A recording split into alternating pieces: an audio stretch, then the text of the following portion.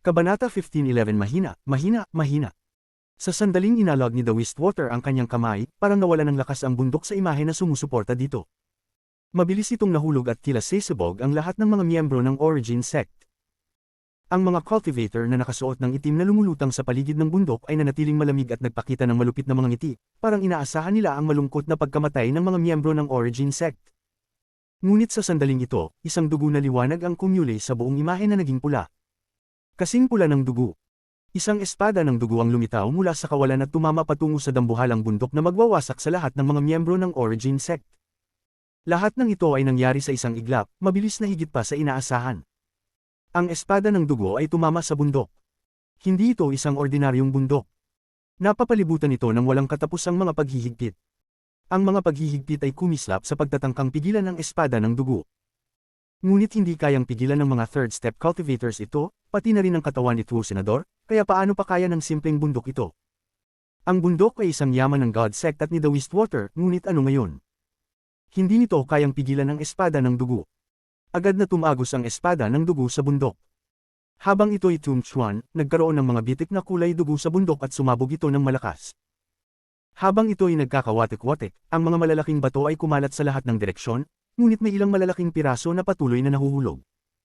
Ang mga cultivator na nakasuot ng itim ay agad na lumapit patungo sa espada ng dugo. Nais nilang takpan ang espada ng dugo at pigilan ang pagkawasak nito. Ang espada ng dugo ay kumislap muli. Ang bilis nito ay hindi kayang unawain. Kumislap ang liwanag ng dugo at ang mga nahulog na bato ay muli ring gumuho. May mga alingaw ng malulungkot na sigaw nang makita ng mga cultivator na nakasuot ng itim ang mga dagwang butas sa kanilang mga dibdib. May ilang tao na nagkaroon ng mga linya ng dugo sa pagitan ng kanilang mga kilay. Ang espada ng dugo ay tumagos sa kanilang mga katawan at ulo. Sumabog ang malalakas na tunog at ang mga mata ng mga cultivator na nakasuot ng itim ay napulol. Nahulog sila sa lupa at namatay. Hindi nakaligtas ang kanilang mga origin soul mula sa kanilang katawan at bumagsak. Habang sila'y namamatay, mabilis na natuyo ang kanilang mga katawan hanggang sa magmukha silang mga mamaya. Ang lahat ng kanilang buhay ay kinuha ng espada ng dugo. Ang lahat ng ito ay nangyari ng sobrang bilis kaya wala ni isa mang makakakita ng lahat ng nangyari. Kung may magpapabagal ng oras, makikita nila ng dahan-dahan na pagkatapos mabasag ng espada ng dugo ang lahat ng mga bato, tumagos ito sa mga cultivator na nakasuot ng itim. Sa sandaling tumagos ang espada ng dugo sa kanila, nagsimulang mamatay ang kanilang mga katawan at ang kanilang buhay ay nilustay. Nang tumagos ang espada ng dugo sa kanilang mga katawan, namatay ang kanilang mga origin souls. Ang lahat ng kanilang buhay ay naabsorb sa isang iglap. Nang ang kanilang mga katawan ay bumagsak sa lupa, nagmukha na silang mga mamaya. Ang lahat ng nangyari sa ilusyon sa pagitan ni Wang Lin at ni The Wistwater ay naganap sa tatlong hininga matapos magsalita si Wang Lin. Karapat-dapat kabang, ang mga salita ni Wang Lin ay patuloy na umaabot sa buong planeta. Ang espada ng dugo ay kumislap muli, at matapos patayin ng lahat, tumalan ito palabas ng imahe. Sa sandaling ito, ang aura ng dugo ay mula sa ilusyon tungo sa realidad. Ang espada ng dugo ay sanhi ng pagguho ng imahe at ang aura ng dugo ay kumalat. Kasama ang espada ng dugo sa kanyang tabi, naglakad si Wang Lin patungo kay The Wistwater na nagulat na may malamig na tingin. Itinaas niya ang kanyang kanang kamay at binangga si The Wistwater. Ang mundo ay yumanig. Bagamat hindi si Wang Lin isang third-step cultivator, ang kanyang katawan ay kasing lakas nito.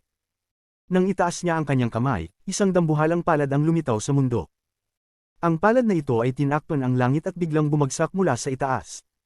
Tumagos ito sa bundok at dumiretso patungo kay The Wistwater. Kung titingnan mula sa malayo, ang tanawin na ito ay isang bagay na hindi malilimutan ng sinuman. Ang limang bundok sa paligid ni The Wistwater ay parang isang palad, at mabilis silang nakipagbanggaan sa ilusyonaryong palad na nilikha ni Wang Lin. Si The Wistwater ay may pangit na ekspresyon. Nang lumapit si Wang Lin, inalog ni The Wistwater ang kanyang manggas. Maraming pitong kulay na mga kuko ang lumitaw at tumalan patungo kay Wang Lin. Bastardo, kung hinahanap mo ang kamatayan, susunod ako sa iyong kahilingan. Sa sandaling ito, si The Wistwater ay nanatiling mayabang. Inalog niya ang kanyang kamay at ang mga pitong kulay na kuko ay tumalan at bumangga sa palad ni Wang Lin. Ang malalakas na tunog ay yumanig sa buong planeta, at ang ilusyonaryong palad ni Wang Lin ay gumuho. Ang lakas mula sa mga pitong kulay na kuko ay pinilit si Wang Lin na umatras ng 3 hakbang. Ngunit, gayon din, ang mga pitong kulay na kuko ay kumilos at tinangay papalayo. Habang ang lupa ay yumanig, maraming mga malalaking bato mula sa 5 tuktok ang nahulog. Si The Wistwater ay umubo ng dugo at yumangal ng may takot sa kanyang mga mata, Jode. Pagkatapos yumangal si The Wistwater, isang tawanan ang umalingaw sa buong mundo. Ang dating malinaw na langit ay biglang nilamon ng kadiliman. Sa isang iglap, naging gabi mula sa araw. Sa ilalim ng dilim, isang ilusyonaryong figure ang nagtipon at naglakad patungo kay Wang Lin. Kumuha ng pera ng isa at alisin ang kapahamakan ng isa. The Wistwater, huwag mong kalimutan ang ipinangako mo, tutulungan kita ng isang beses lamang. Ang ilusyonaryong figure ay mabilis na nagtipon at naging isang matandang lalaki na nakasuot ng itim. Ang mukha ng matandang lalaki ay puno ng mga bukol at napakapangit. Ngunit hindi siya makakatulad kay Great Desolation. Sa sandaling ito, kumuha siya ng isang hakbang at agad na naging 1,000 talampakan ng layo mula kay Wang Lin. Little friend, umaasa ako na makikipagtulungan ka upang makuha ko ang rank 6 na Dao Spirit, bagamat kalmado ang hitsura ng matandang lalaki, labis siyang nagmamasid. Lihim siyang nagulat sa lakas ng palad ni Wang Lin. Sa totoo lang, may malalim siyang pagnanasa sa rank 6 na Dao Spirit at matagal nang dinala ang kanyang avatar, ngunit ang palad ni Wang Lin ay nagbigay sa kanya ng pagkabigla. Bagamat kalmado ang kanyang mga salita, nag-atake siya ng buong lakas. Agad siyang lumapit pagkatapos ay isang walang katapusang latian ang lumitaw sa dilim sa likod niya.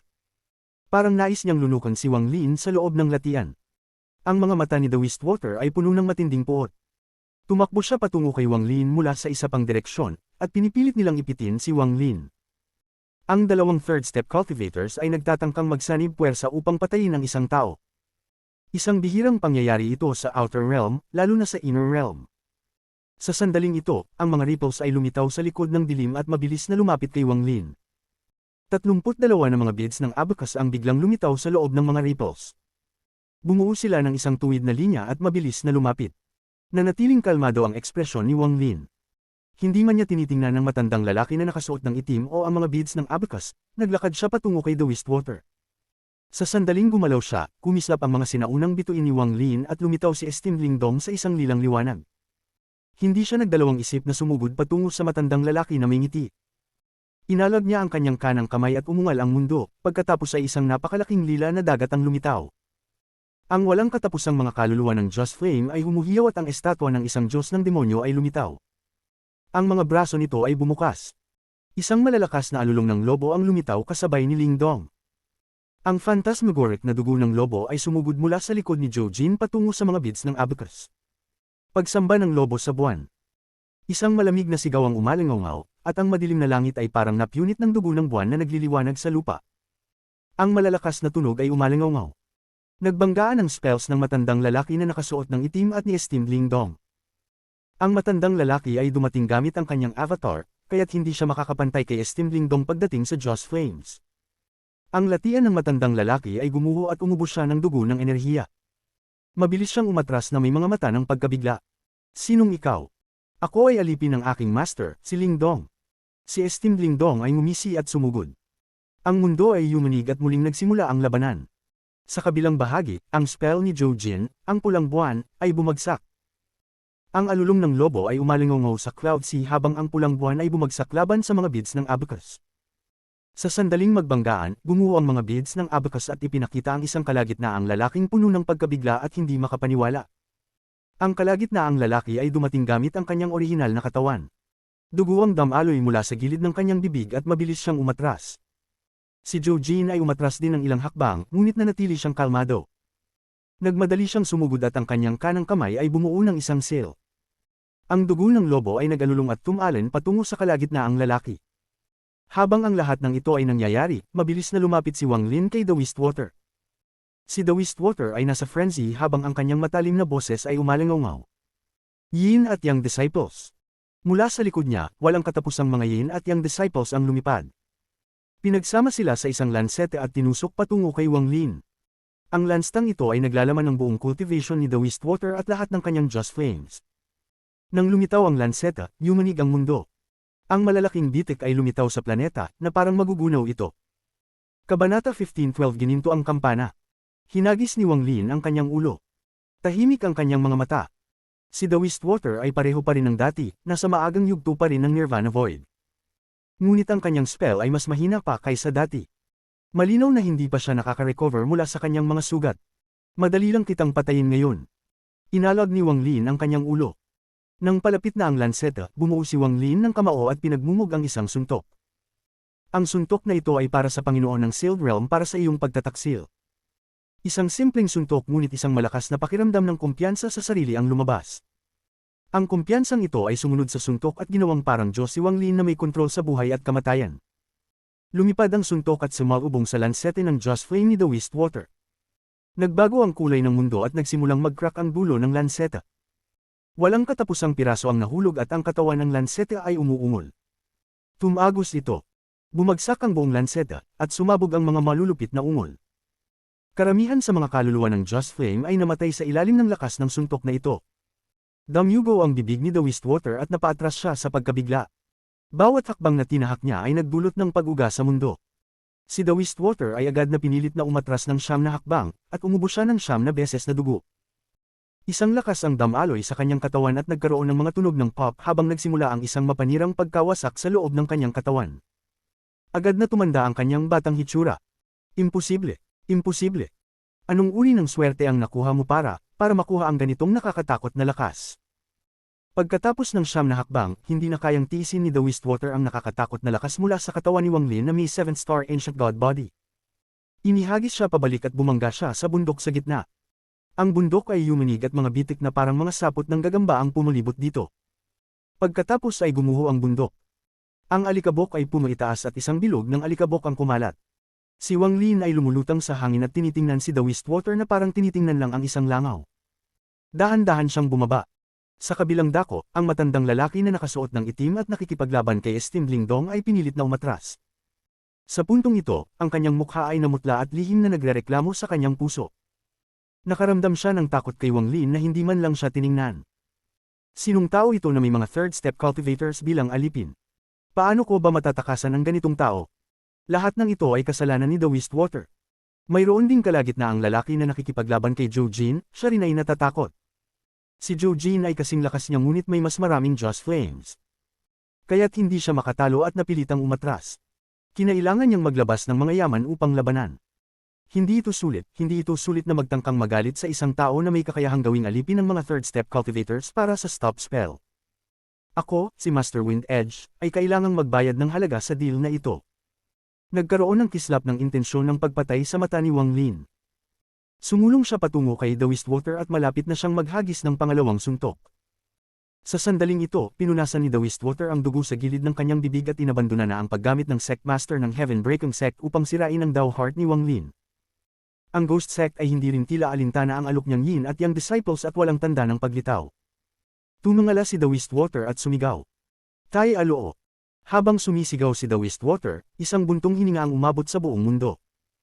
Isang tao ang dahan-daang lumabas mula sa mundong nagsimula ng magbaluktot mula sa pagpatay.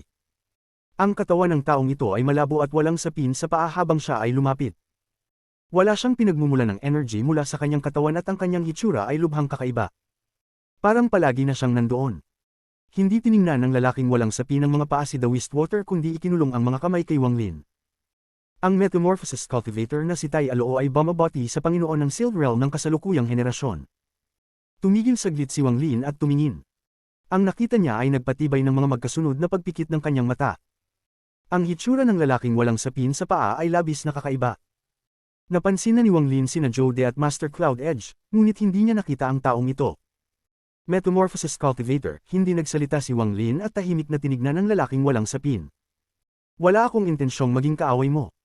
Kung ilalabas mo ang aking seal, magagawa kong ipaglaban ang lahat ng mga hayop sa loob ng bitik para sa Inner Realm. Maaari ko pang patayin ang taong ito para sa iyo. Ang tinig ng lalaking walang sapin ay malambing habang siya ay nagsasalita. Nagbago ang ekspresyon ni The Wistwater. Pag-usapan natin ang iyong bagay mamaya. Humarap si Wang Lin at hindi na binigyan pa ng pansin ang taong ito. Sa halip, lumapit siya kay The Wistwater at muling naghagis ng suntok. Ang suntok na ito, sa ngalan ng Panginoon ng Sealed Realm, ay wawasak sa katawan ng alipin na ito. Ang aura ni Wang Lin ay parang bahalang magwagayway siya ng kanyang kamay. Ang mundo ay yumanig at isang malakas na hangin ang humaplo sa buong mundo. Ang phantom na ulo sa likod ni Wang Lin ay naging kamao at bumaba mula sa kalangitan. Kung titingnan mula sa malayo, ang buong mundo ay natakpan ng anino ng kamao na ito. Ang mga mata ni The Wistwater ay puno ng kabaliwan. Sa kanyang level ng cultivation, malinaw niyang naramdaman ang intensyon ng pagpatay at ang malakas na aura na ikinatakot ng kanyang puso. Essence Power, Yin and Yang Celestial Dragon. Sumigaw si The Wistwater. Namutla ang kanyang mukha at mabilis na gumawa siya ng mga seals gamit ang kanyang mga kamay. Sa puntong ito, isang piraso ng itim na essence energy at isang piraso ng puting essence energy ang lumitaw. Ang mga ito ay damaloy palabas at nagbuo ng dalawang dambuhalang dragon na magkakadugtong. Ang dalawang dragon ay umungal at tumarget sa kamao ni Wang Lin. Sa sandaling ito, ang mga mata ni The Wistwater ay puno ng dugo at umubos siya ng isang bangkos ng dugo. Pagkatapos ay inalag niya ang kanyang manggas at walang katapusang mga sinulid ang lumitaw sa paligid ng kanyang katawan. Ang mga sinulid na ito ay itim at puti at bumuo ng isang lambat. Ang lambat na ito ay puno ng nakakasirang aura, at lumipad ito patungo sa kamao ni Wang Lin. Pagkatapos ng ilang sandali, punitin ni The Wistwater ang kanyang storage space at lumabas ang mga yaman. Ang makukulay na ilaw ay bumalot sa langit at tumarget sa kamao. Ang lahat ng mga bagay na ito ay dumaan sa langit at nakipaglaban sa kamao ni Wang Lin. Isang malakas na ingay ang kumalat sa buong Cloud Sea. Ang dalawang dambuhalang dragon ay naglabas ng malulungkot na sigaw at biglang bumagsak ng makipagbanggaan sa kamao ni Wang Lin. Kasama nilang bumagsak ang dambuhalang lambat. Naghirap ito at unti-unting napunit. Pagkatapos, ang unos na binuo ng mga walang katapusang yaman ay sumalubong sa kamao at bumagsak. Wala ni isang yaman ang nakatagal sa suntok ng 7 Star Ancient God, kaya't bumagsak ang unos. Lahat ng ito ay nangyari sa isang saglit. Matapos wasakin ang lahat, ang kamao ni Wang Lin ay tumama kay The Wistwater. Sumabog ang dibdib ni The Wistwater at ang mist ng dugo ay kumalat sa lahat ng dako. Ang kanyang katawan ay itinulak pababa sa lupa ng suntok. Yumanig ang buong planeta. Ang mga paa ni The Wistwater ay tumutok sa lupa at ang kanyang mga kamay ay humawak sa kamao. Dumflowed ang dugo mula sa kanyang bibig at tinapunan ang kanyang mga damit ng pula. Ang mga mata niya ay puno ng kabaliwan. Habang siya ay umaatungal, isang gintong liwanag ang lumabas mula sa kanyang bibig at isang kampana ang lumitaw mula sa gintong liwanag. Ibinuga ni The Wistwater ang kampana patungo sa kamao ni Wang Lin. Isang napakalinaw na espiritual na enerhiya ng langit ang kumalat sa buong mundo.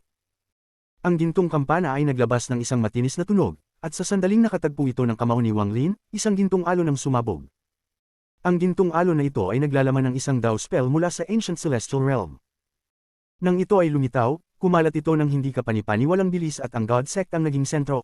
Cloud Sea, Alliance, Summoned River, at All Heaven ay nahulog sa alon na ito. Para itong isang hiwaga na lahat ng mga bagay na nakatago sa mga sistemang bituin ay nahayag. Ang dambuhalang Realm Sealing Formation na nagsil sa Inner Realm ay unang lumitaw. Sa Cloud Sea Star System, mga pangkat ng mga cultivator ang naglalakbay sa Cal Fog. Nang kumalat ang gintong alon, tinangay nito ang fog, at ipinakita ang dambuhalang formation na nasa ilalim ng star system. Sa Summoned River Star System, may mga hindi mabilang na cultivators na gumagalaw sa star system, naghahanda para sa digmaan. Sa sandaling ito, kumalat ang gintong alon, at para itong isang misteryosong belo na tinanggal. Ang Realm Sealing Formation ay lumitaw sa harap ng star system.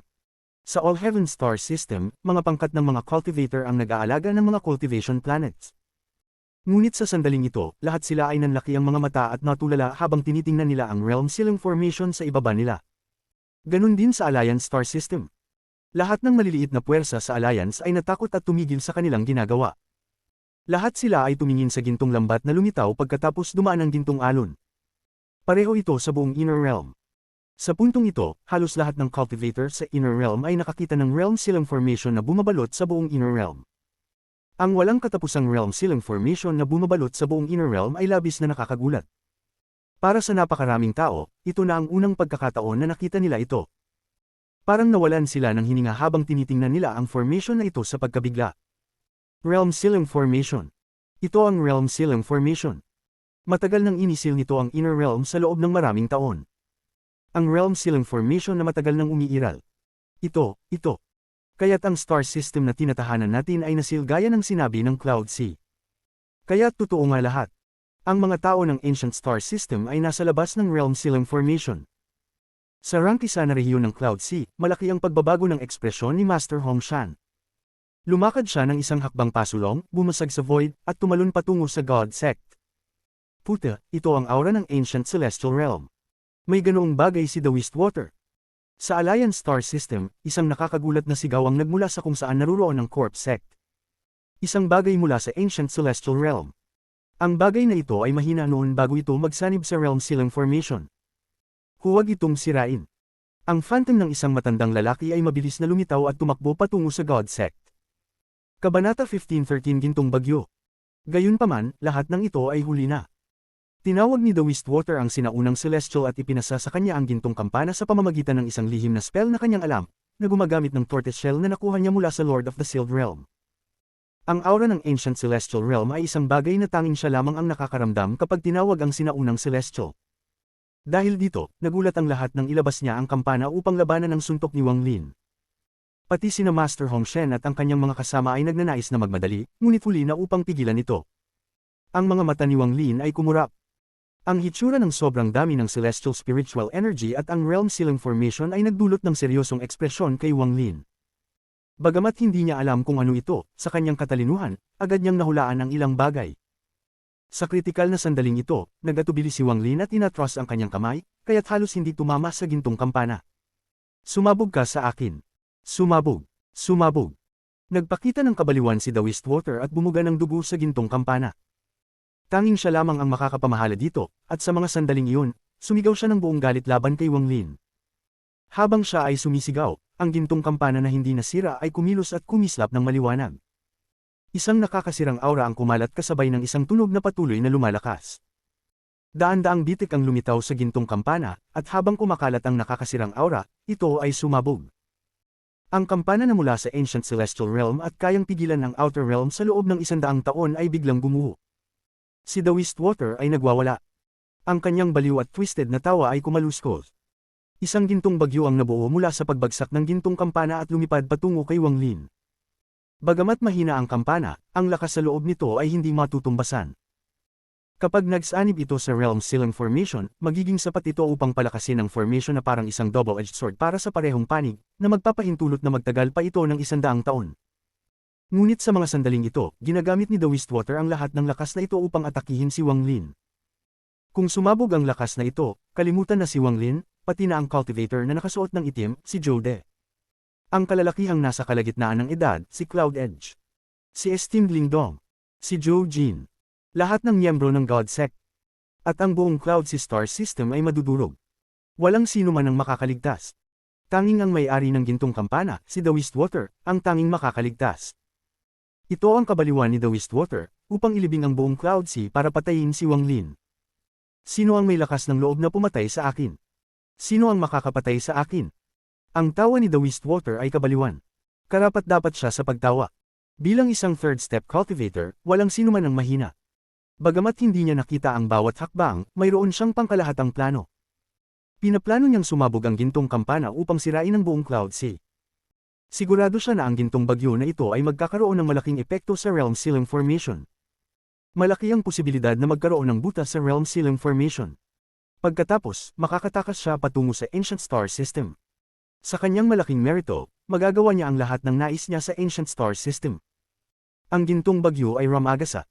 Malapit na itong magkalat at wasakin ang buong Cloud Sea. Ang lahat ng lumulutang na kontinente ay nanginginig.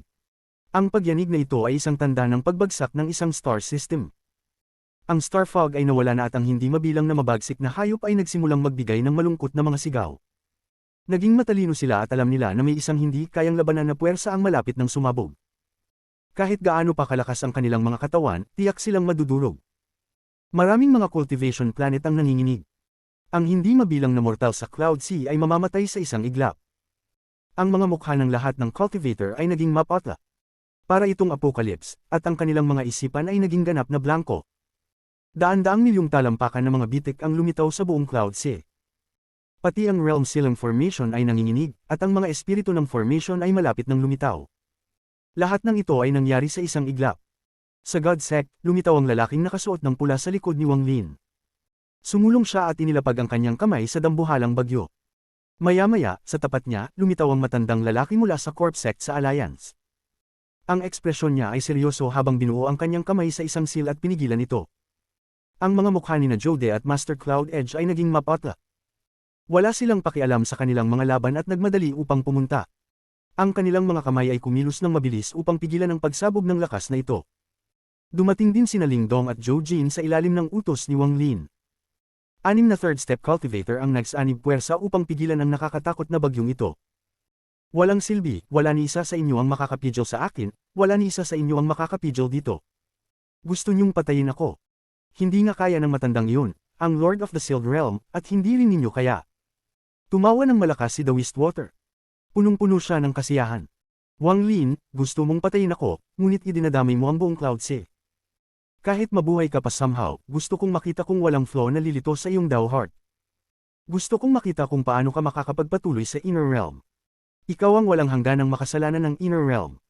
Dumating ang mga cultivator mula sa Heaven's Blight ng Demon Sect.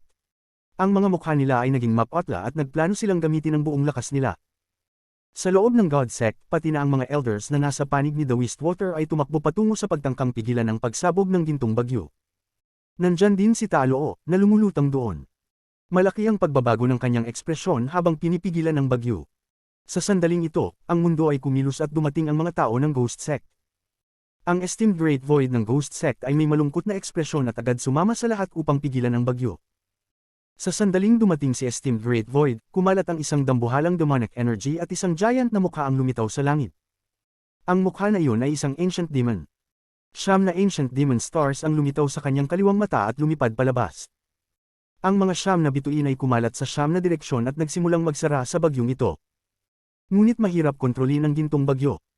Kahit na maraming tao ang kumilos ng sabay-sabay, tanging ang lahat ay nakatambad na pinagmamasdan habang lumalaki ng lumaki ang bagyong ito.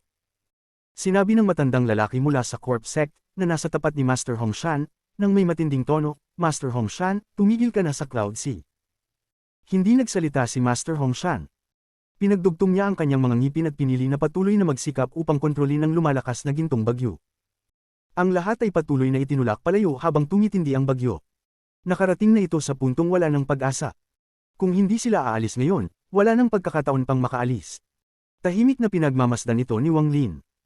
Orihinal na pumunta siya upang hanapin si The Wistwater para sa personal na paghihiganti, ngunit tulad ng sinabi ni The Wistwater, naapektuhan na ng lahat ng ito ang buong Cloud Sea. Ang presyo na ito ay nagbigay daan kay Wang Lin upang mag-isip ng tahimik. Huwagsan ng ganito, habang tinitingnan ng mabilis na lumalawak na gintong bagyo, itinuro ni Wang Lin ang pagitan ng kanyang mga kilay. Kalimutan na, kalimutan na. Kunin ng maraming tao hanggat maaari. Ang Cloud Sea, tapos na. Kapag nabuksan ng Realm Silang Formation, magsisimula ang digmaan. Ngunit bago iyon, papatayin ko si The Wistwater. Ibinunyag ni Master Hongshan ang isang malungkot na ngiti nang malaman niyang hindi na niya kayang pigilan ito. Tumalon siya patungo kay The Wistwater. Ang iba pang mga tao ay nag-urong na malungkot. Alam nilang tapos na para sa Cloud Sea. Ang malaking bilang ng mga cultivator ng Cloud Sea at walang katapusang mga nilalang ay tapos na. Mula ngayon, wala nang 4 na pangunahing star system sa Inner Realm, kundi 3, dahan-daang itinuro ni Wang Lin ang kanyang kanang kamay sa pagitan ng kanyang mga kilay habang ang lahat ay umatras, at nagsimula ng lumawak ang gintong bagyo ng mabilis ngayon na ang puwersang pumipigil ay wala na. Nether Beast. Ang pangalawang Ancient God Star ni Wang Lin ay kumislap ng mabilis at biglang dumilim ang langit. Isang dambuhalang Nether Beast ang biglang lumitaw. Ang Nether Beast ay parang nalilito habang tinitingnan ang gintong bagyo. Parang tinatanong nito kung ano ang bagay na ito, agad na nakuha ng paglitaw ng Nether Beast ang atensyon ng mga cultivator sa paligid. Pati si Master Hongshan ay nagulat nang makita ito. Hindi lahat ay may panahon upang tutukan ang bawat galaw ni Wang Lin. Walang nakakaalam na nakuha na niya ang Nether Beast. Nether Beast, Samubo. Inilabas ni Wang Lin ang kanyang kamay at nagbigay ng nakakagulat na sigaw habang ang lahat ay umatras mula sa gintong bagyo. Ang Nether Beast ay nalilito pa at kumurap ito na parang unti-unting nagigising. Dahan-dahan itong binuksan ang malaking bibig nito, at sa sandaling iyon, lumitaw ang malaking Soul Mouth. Ang Soul Mouth ay sapat upang devour-in ang Star Domain. Sa utos ni Wang Lin, ang bibig ay humigop. Walang silbi ang Nether Beast dito. Kaya nitong devour-in ang langit at lupa, ngunit hindi nito kayang devour-in ang gintong bagyo na ito. Ang gintong bagyong ito, tumawa si The Wistwater ng kabaliwan, ngunit biglang huminto ang tawa niya at napuno ng takot ang kanyang mga mata. Ang mundo ay kumilos. Ang lumalawak na gintong bagyo ay napakaliit kumpara sa bibig ng Nether Beast. Lahat ay napatigil at pinagmamasdan ng Nether Beast na nilulunok ang gintong bagyo. Matapos nitong lunukan, talagang ngumunguya ito ng ilang beses na parang tinatamasa ang lasa nito.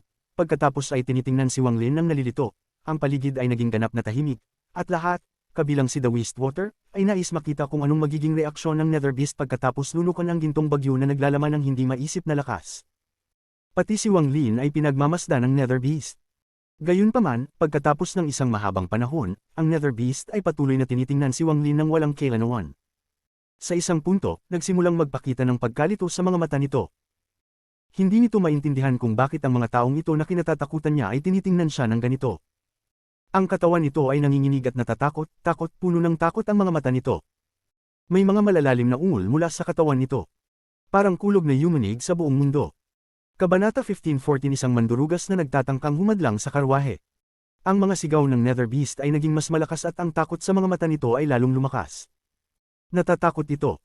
Sa buong buhay nito, hindi pa ito tinignan ng ganito ng maraming nilalang na kinakatakutan nito. Ang mga titig na iyon ay nagpapalakas ng takot sa katawan nito. Dahil sa kabang ito, nakaramdam ang Nether Beast ng isang kakaibang pakiramdam. Parang gustong durugan ito ng mga titig ng mga tao. Matapos matakot, ang hiyaw ng Nether Beast ay umabot sa malayo, parang kidlat. Sa iba, ito ay tunog ng galit, pero sa totoo lang, takot na takot ito. Kung dati, mabilis itong tatakas, ngunit ngayon na ito ay naging buhay na nilalang ni Wang Lin, nararamdaman nito ang pagkakaugnay kay Wang Lin. Parang isang batang takot na tatakbo sa mga bisig ng kanilang magulang, ang malaking Nether Beast ay dumaan patungo kay Wang Lin. Ngunit ang galaw na ito ay labis na nakakatakot sa sinuman maliban kay Wang Lin. Kahit na alam nila ang personalidad ng hayop, matapos nitong lamunin ang gintong bagyo, hindi nila maiwasang matakot. Pati ang mga third step cultivators ay umatras sa takot. Ngunit sa mata ng ilan, nagpakita ng inggit at kasakiman. Kung makuha ko ang hayop na ito, malaki ang tataas na lakas ko. Ang matandang lalaki na nakasuot ng itim mula sa Summoned River, si Jode, ay nakatingin sa Nether Beast at pinapapalad ang kanyang mga labi. Ang Nether Beast na ito ay nilamon ng gintong bagyo, iba ito sa mga naririnig ko. Kung maging akin ang hayop na ito, kung ganoon, may bahagyang kasakiman sa mga mata ni Master Cloud Edge. Sa ganitong hayop na nasa kanilang tabi, kahit hindi pa sila third step cultivator, tiyak magiging tanyag sila. Ang ibang mga cultivator mula sa Ghost at Demon sects ay nakatingin din sa Nether Beast. Habang natatakot sila sa hayop, napansin nila na may malaking atraksyon ito. Life Essence Beast. Si Wang Lin ay nakakayang kuhanin ang hayop na ito, hindi mali ang desisyon ng Lord of the Sealed Realm. Si Master Hongshan ay tumingin kay Jode mula sa Corp Sec. Habang ang lahat ay umatras, si Wang Lin lamang ang lumakad pasulong, at inilapag ang kanyang kanang kamay ng dahan-dahan sa Nether Beast. Ang takot sa mga mata ng Nether Beast ay dahan-daang nawala. Nararamdaman nito ang init ng pagiging malapit kay Wang Lin, at karamihan ng takot nito ay nawala.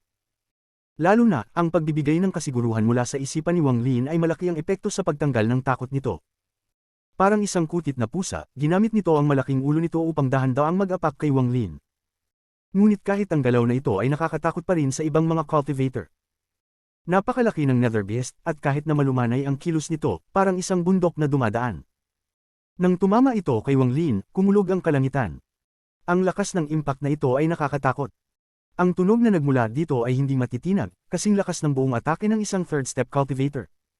Dati, kahit si Wang Lin ay natulak pabalik ng buong lakas ng Nether Beast. Ipinapakita nito kung gaano kalakas ang hayop. Si Jode mula sa Summoned River ay napahinga ng malalim.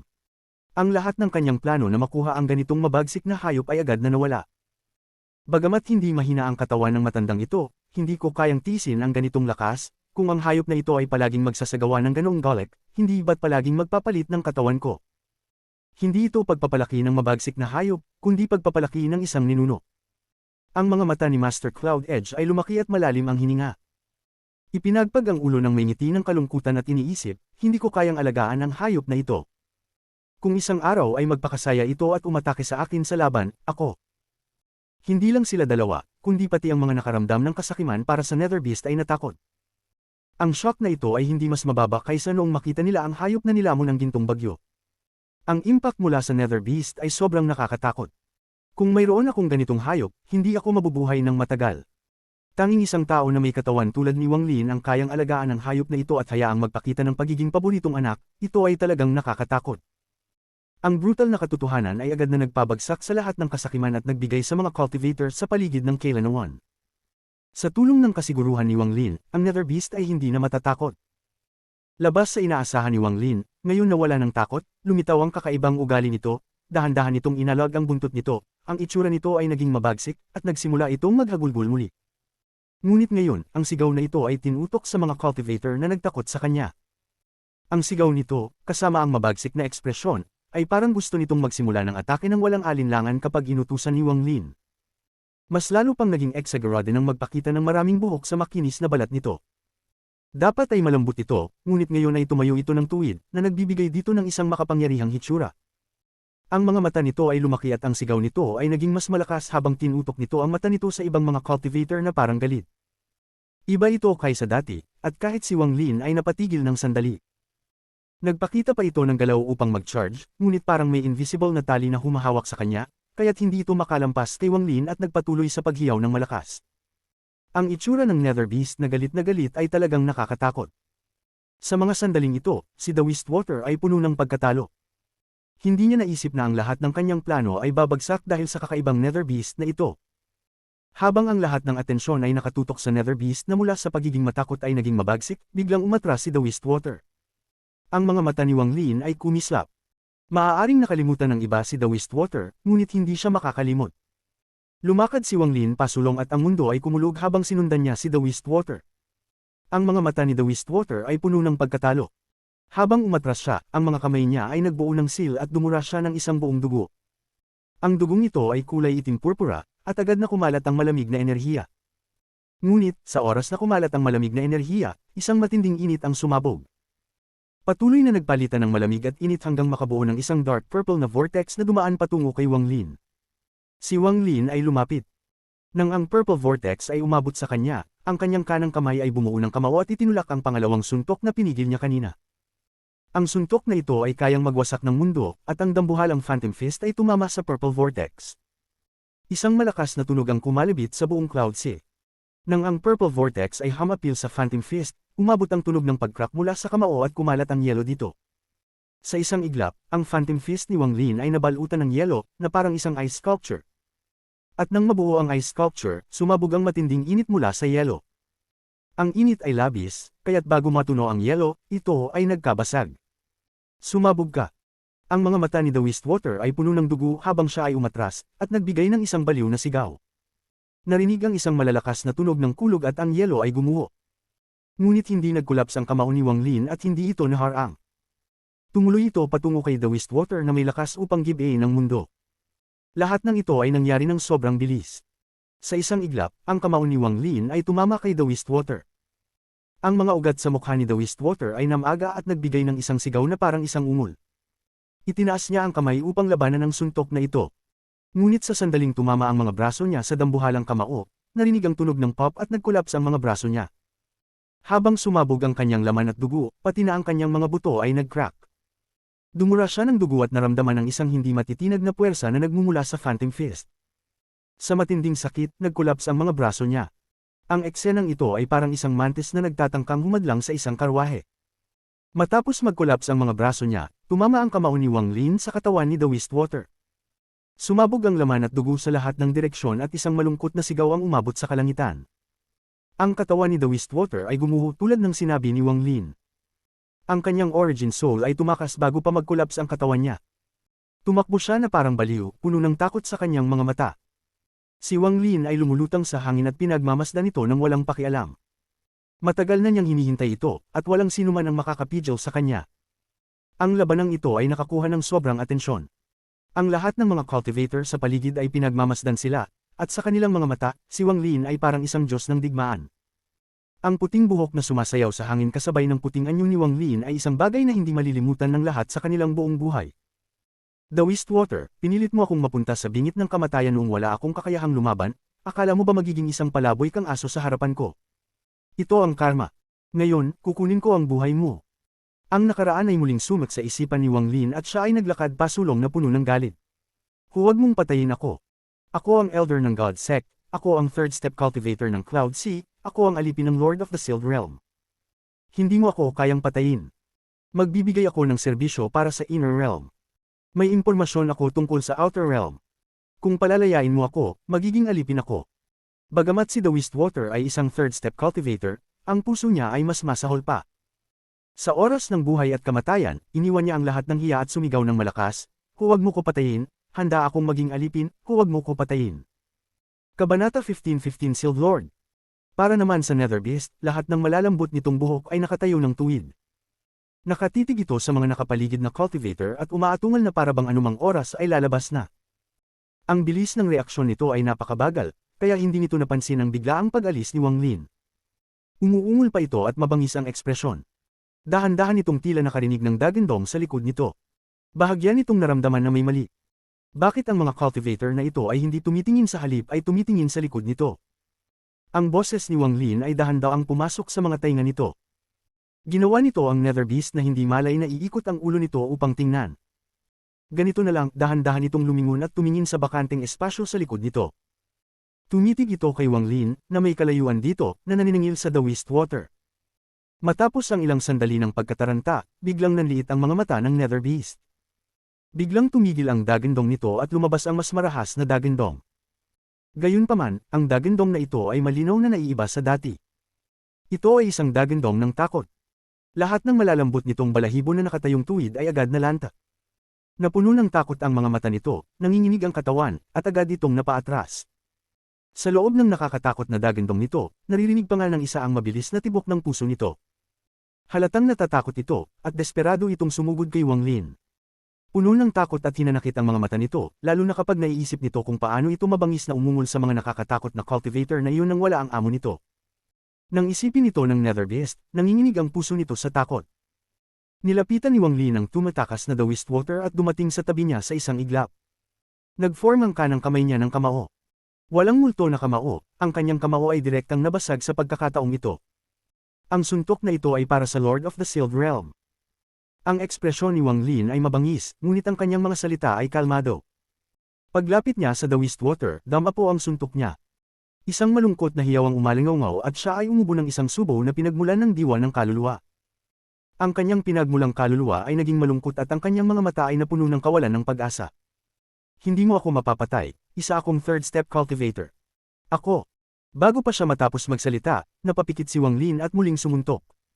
Ang suntok na ito ay para kay Li Qianmei. Ang boses ni Wang Lin ay kalmado sa isang nakakatakot na antas. Sumabog ang mga binti ng The Wastewater. Muling umalingaw ang malungkot na hiyawan. Lumitaw ang kabaliwan sa kawalan ng pag-asa ng The Wastewater, ngunit ang kabaliwan na ito ay wala kay Wang Lin. Ako ang alipin ng Lord of the Sealed Realm. Tanggapin mo ako bilang iyong alipin at ang iyong lakas ay lalakas ng husto. Huwag mo akong patayin. Walang pakialam ang ekspresyon ni Wang Lin habang siya ay humakbang pasulong at inihagis ang ikatlong suntok. Ang suntok na ito ay para sa mga cultivator ng Cloud Sea, para sa iyong pagtatangka na patayin ang Origin Sect. Sabi ni Wang Lin habang nagngangalit ang kanyang mga ngipin, at ang kanyang suntok ay damapo sa dibdib ng The Wastewater. Nang inig ang pinagmulan ng kaluluwa ng The Wastewater at naging mas malinaw. Para bang ang kanyang pinagmulang kaluluwa ay malapit ng maglaho ng tuluyan. Ang suntok na ito ay para sa iyong gininto ang bagyo. Galit na umungol si Wang Lin habang inihagis niya ang pang-apat na suntok. Napaatras ang katawan ng The Wastewater at sumabog ang kaliwang braso niya. Para sa akin ang suntok na ito, Wang Lin. Tumaas ang kanang kamay ni Wang Lin. Parang hawak niya ang mga bituin at buwan habang nadudurog. Umalingaw ang isang dumadagindong na dagindong. Ang kanang kamao ni Wang Lin ay tumagos sa dibdib ng The Wastewater, na lumikha ng isang higanting butas. Ang mga mata ng The Wastewater ay naging maluwag at siya ay itinapon sa malayo. Ang matinding sakit ay dumaan sa kanya at hinayaan siyang maging matino sandali. Ang suntok na ito ay para sa... Hindi ito para sa anumang bagay, para lang patayin ka. Walang maisip si Wang Lin at nag-charge pasulong. Ang kanyang kanang kamay ay bumuo ng isang kamao at siya ay bumaril patungo sa natitirang kaluluwa ng pinagmulan ng The Wastewater. Sa kanyang huling sandali ng pagiging matino, ang The Wastewater ay umungol sa kanyang huling alas. Ako ay konektado kay Mubing Mei, ang pagpatay sa akin ay kapareho ng pagpatay sa kanya. Babae mo siya. Patayin mo ako. Patayin mo ako. Ang dagandong ng The Wastewater ay umalingaw sa buong mundo at pumasok sa isip ni Wang Lin. Huminto ang nakapatay na putok ni Wang Lin 3 pulgada ang layo mula sa The Wastewater. Nanginginig ang isip ni The Wastewater habang nakatingin sa kamao ni Wang Lin. Sobrang bangis ng mukha niya at ngumiti ng nakakaloko. Bakit hindi mo ako pinapatay? Patayin mo ako. Halika at patayin mo ako. Patayin mo ako at mamamatay si Mubing Mei. Matagal nang naghahanda ang matandang ito. Walang alam ang tandang si Mubing Mei na iyon. Tinulungan siya ng matandang ito na mabawi ang kanyang cultivation at binigyan siya ng mga table tasks para magkadugtong ang ating mga kaluluwa. Ano ang bilang ng gintong kampanang iyon? Siya ang tunay kong anting-anting. Tumawa ang The Wastewater habang winuwagayway ang natitirang kanang kamay. Nasira ang mundo at lumitaw ang isang eksena. Isang malaking porma sayo ng lumitaw sa loob ng baluktot na eksena. Isang babae ang nakaupo sa loob, at may nakakagulat na mga marka ng dugo sa kanyang puting damit. Namumutla ang mukha niya. Parang may napansin siya at nanginginig ang mga pilikmata niya nang imulat niya ang kanyang mga mata. Ang kanyang mga mata ay tila tumagos sa pagbaluktot at nahulog kay Wang Lin. Ngumiti siya, ngunit ang ngiting ito ay napuno ng kamatayan. Alam kong lagi mo akong kinasusuklaman. Alam kong palagi kang nakakaramdam ng sakit sa iyong puso. Alam kong nagkasala sa iyo si Liu Mei, ako si Liu Mei at ako si Liu Mei. Sa paglipas ng mga taon, habang nanghihina ako, unti-unti kong nakalimutan na ako pala si Mo Bingmei. Alam kong gusto kong maging Liu Mei. Alam kong walang mangyayari sa atin. Dahil sa pag-iral ni Ping maaari lamang tayong maging mga pinakapamilyar na estranghero. Alam ko. Hindi ko kinailangang inumin ang tabletang iyon, ngunit pagod na ako. Ang pagkawasak ng Brilliant Void, ang pagkawasak ng aking tahanan. Ako na lang ang natitira, at hindi ko na kaya. Kahit gumaling pa ang cultivation ko, ano? Paano kung ako ang banal na santo? Gusto ko lang makita ang anak ko, pero hindi ko kaya. Ang relasyon natin ay hindi sinasadya, isang tinik sa iyong puso. Hindi mo sasabihin, ngunit alam ko. Wala akong reklamo tungkol sa pagkamatay sa pamamagitan ng iyong kamay sa pamamaraang ito. Ito ang utang ko, hindi sa iyo kundi kay Ping Malaki ang utang ko sa kanya, marami. Hindi ako mabuting ina. Kung magising si Ping sana ay sabihin mo sa kanya. Silimuan ang kanyang ina. Ako, hindi karapat-dapat, sa aking kamatayan, ang 2,000 taon ng pagkakasalungatan sa pagitan natin ay matatapos na. Malaya ka, magiging malaya ako, 2 linya ng kristal na luha ang damaloy sa mga mata ni Mo Bingmei at dahan-daang tumulo sa mga mantsa ng dugo sa kanyang damit. Naging sanhi ito ng pagiging malabo ng mga mantsa ng dugo. Ipinikit niya ang kanyang mga mata habang itinaas ang kanyang kanang kamay at idiniin sa pagitan ng kanyang mga kilay. Nagulat si The Wistwater.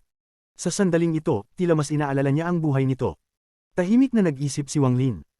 Nang makita niya ang kanang kamay ni Mo Bingmei na nakadiin para magpakamatay, nagningning ang mga mata nito. Ang kanyang kamao na huminto 3 pulgada ang layo mula sa The Wistwater ay hindi na nagdalawang isip at bumaril pasulong. Sabay taas ng kaliwang kamay at tinuro ang baluktot na imahe. Sa isang salita, biglang tumigil ang katawan ni Mo Bingmei. Umalangaw-ngaw ang mga dumadagandong na dagandong at isang hindi maisip na puwersa ang sumugod sa sirasirang kaluluwa ng The Wistwater. Ang kanyang kanang kamay ay bumagsak at ang puwersa ay sumugod sa kanyang ulo, na binubura ang kanyang kaluluwa. Umalangaw-ngaw ang isang kahabag-habag na hiyawan. Ang The Wistwater, lingkod ng Lord of the Sealed Realm, Head Elder ng God Sect, Third Step Cultivator ng Cloud Star System, ay patay na. Sa sandaling siya ay namatay, isang masalimuot na awit ang nagmula sa bibig ni Wang Lin. Halos walang makakaintindi sa chant na ito, tanging ang nawawalang siyam na star na sinaunang demonyo mula sa Ghost Sect ang nabigla nang marinig niya ito. Spell ng pagbabago ng buhay ng sinaunang Orden. Ito ang Ancient Order Life Transformation Spell.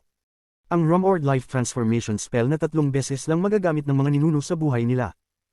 Ang spell ng pagbabago ng buhay ng Ancient Order ay isang bagay na nakuha ni Wang Lin mula sa kanyang mana. Ito ay walang silbi para kay Limuan, ngunit sa ngayon ay maaari nitong ilipat ang lahat ng sigla ng The Wistwater kay Mo Bingmei, na konektado sa kanya. Nawasak ang kaluluwa ng The Wistwater, ngunit naiwan ang kanyang Vitality Essence. Sa huling sandali, hindi siya tuluyang nawasak ni Wang Lin ngunit pinanatili ang kakanyahan ng sigla na nauugnay kay Mo Bingmei. Kung noon pa man, hindi sana ito magagawa ni Wang Lin, ngunit sa ngayon ay magagawa niya ito. Si Mo Bingmei, na napatigil ng stop spell, ay nanginig.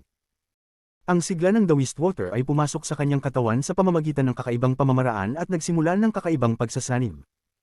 Wala kang utang kay Ping o sa akin. Matalim na tiningnan ni Wang Lin si Mo Bingmei at inalis ang spell ng stop. Sa sandaling ito ay pumikit ang Nether Beast na may takot at hinaing sa mga mata nito. Balis ang bumalik ito sa gilid ni Wang Lin, puno ng hinaing ang mga mata.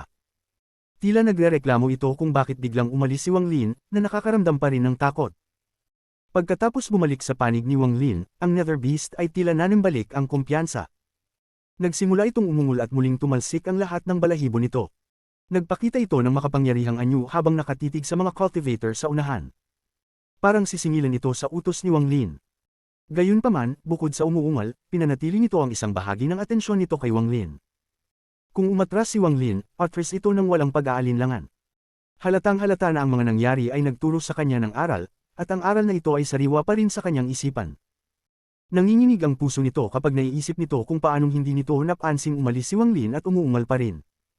Dahil sa inis at hiya, lalo pang naging marahas ang dagandong nito. Ang mga alon ng dagandong ay tinangay ang madugong pagkamatay ng The Wistwater at pumasok sa mga tainga ng tahimik na nagmumuni-muni na mga cultivator. Ang mga cultivator ng Demon Sect ay bumabati sa Panginoon ng Sealed Realm. Ang mga cultivator ng Demon Sect ay nag-isip saglit at pagkatapos ay yumuko kasama ang kanilang Sect Master. Ang mga cultivator ng God Sect ay bumabati sa Panginoon ng Sealed Realm. Nasaksihan ng mga tao ng God Sect ang lahat ng nangyari at pinagsalikop ang kanilang mga kamay na may masalimuot na ekspresyon. Binabati ng Cloud6 Ghost Sect ang Lord of the Sealed Realm. Ipinagmamalaki ng dakilang walang kabuluhan mula sa Ghost Sect ang kanyang mga kamay. Ang mga cultivator ng dagat na ulap ay bumabati sa Panginoon ng Selyado na kaharian. Mas maraming tunog ang nagmula sa lahat ng direksyon at mas maraming cultivator ang nagbigay galang. Kabanata 15:16 Unang laban sa loob ng rehiyon. Ang tunog ay parang alon na kumalat sa buong God Sect. Lalong lumakas hanggang sa maging kakilakilabot.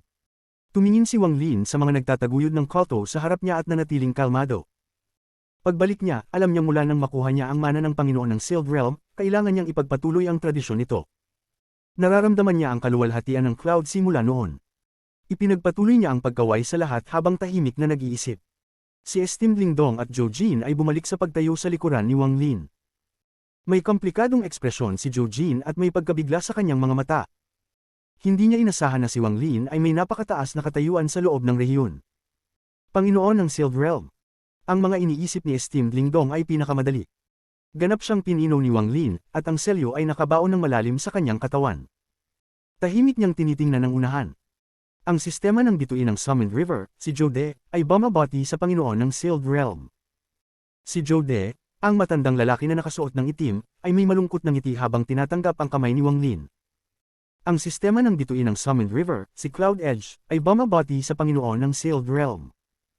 Ang nangyari kanina ay isang hindi pagkakaintindihan, umaasa akong hindi magtatampo ang Panginoon ng Sealed Realm. Si Cloud Edge, ang lalaki sa kalagitnaan ng edad, ay may malungkot na ngiti at tinanggap ang kamay. Ang matandang ito ay si Master Hong Shan. May kasunduan ako sa Panginoon ng Sealed Realm. Ngayon na pinatay mo ang alipin at nailigtas ang Cloud6, karapat-dapat kang maging Panginoon ng Sealed Realm para sa henerasyong ito. Gayunpaman, malapit na ang pagsalakay ng Outer Realm, at mahirap itong labanan gamit ang ating lakas, ngunit kailangan nating maglaban. May dalawa kang third step cultivators at ang iyong sariling lakas, ngunit hindi pa rin sapat. Kung ikaw na ang Panginoon ng Sealed Realm, handa ka bang makipaglaban hanggang kamatayan sa akin at sa buong loob ng rehiyon? Ang mga mata ni Master Hong Shan ay parang kidlat habang tinitingnan si Wang Lin at nagbigay ng presyon na katulad ng kay daw Master Blue Dream. Nag-isip sandali si Wang Lin at pagkatapos ay tumango. Ang matandang lalaki mula sa Corp Sect ay dahan-daw ang nagsalita. Ang matandang ito ay si Master South Cloud. Narinig ko mula kay kapwa Kulto Hong Shan na pumunta ka sa Outer Realm. Kamusta ang lakas ng Outer Realm? Unti-unting lumipas ang oras at ang mga kulto ng God Sect ay unti-unting nagkalat. Binalik ng Cloud6 ang kanilang matinding paghahanda para sa digmaan. Tahimik na nakinig si Master Hong Shan at si Master South Cloud sa lahat ng sinabi ni Wang Lin. May alalahanin sa kanilang mga mata. Mas malakas ang lakas ng Outer Realm kaysa sa inaasahan nila.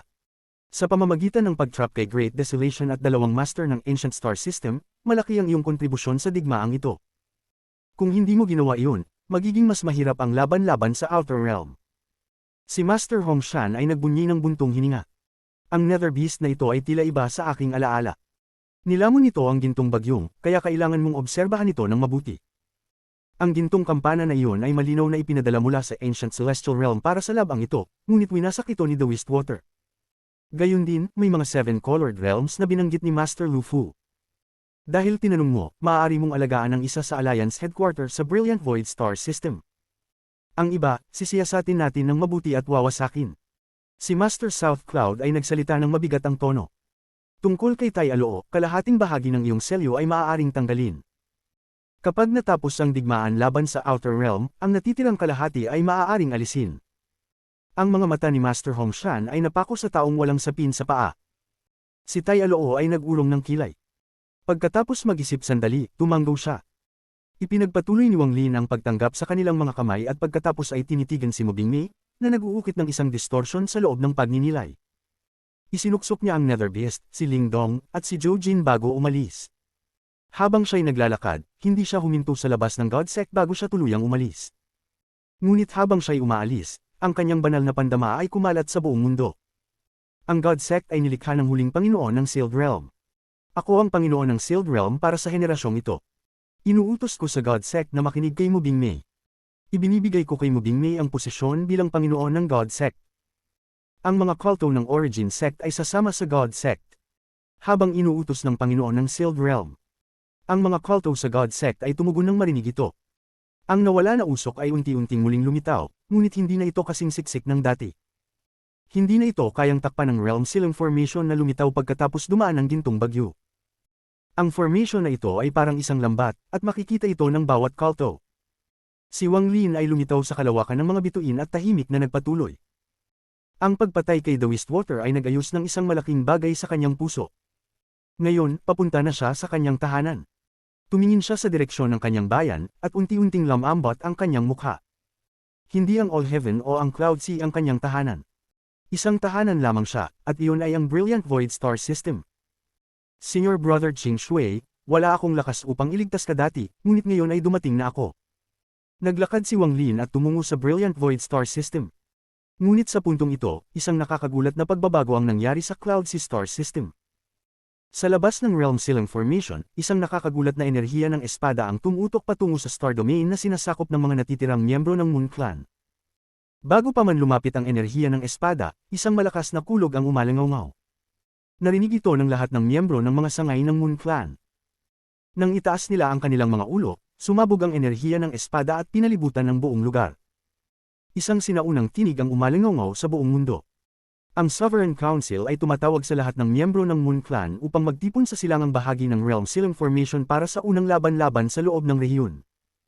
Ang lahat ng mga kulto sa Moon Clan ay nagulat. Pagkatapos ng isang sandaling katahimikan, isang malakas na sigaw ang umalangaw sa buong clan. Matagal na nilang hinintay ang araw na ito. Sa Ancient Star System, sa Heavenly Soul Clan, dumating din ang parehong sinag ng enerhiya ng espada at muling umalangaw ang sinaunang tinig. Ang Sovereign Council ay tumatawag sa Heavenly Soul Clan upang magtipon sa labas ng Realm Sealing Formation para sa unang laban-laban sa loob ng rehiyon.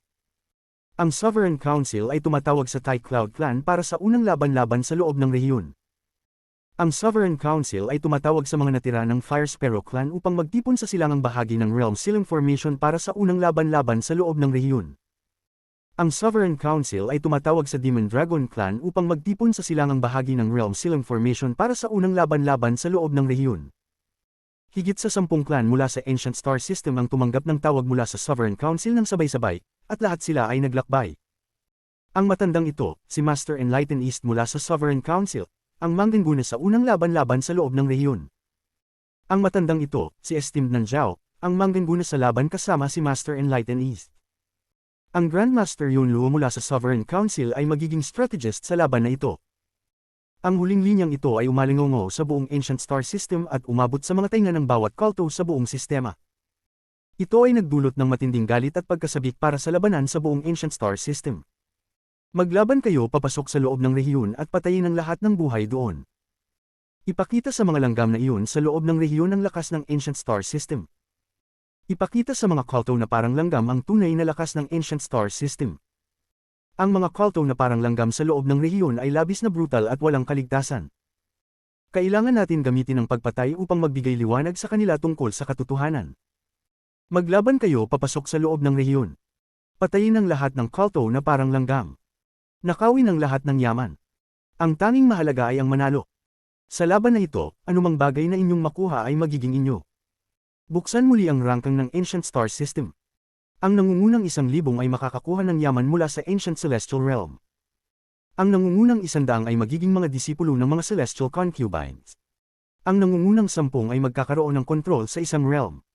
Ang nangungunang 3, kung sila ay mga third step cultivators, ay bibigyan ng 10 rank 3 daw spirits bawat isa. Kung hindi sila third step cultivators, magiging disipulo sila ng Sovereign. Alinsunod sa sinaunang kasunduan, ang rank 1 ay maaaring maging magkasintahan ng Celestial Princess. At tatawaging Celestial Sovereign. Ang mga mensaheng ito ay umalingongo sa buong Ancient Star System, nagpapalakas ng matinding battle intent sa buong sistema. Mababang mga ungol ang narinig sa loob ng bawat clan, na nanginginig ang buong Ancient Star System. Para sa mga nagkalat na clan ng Ancient Star System, ang tanging dahilan para makipaglaban ay upang mang-angkat.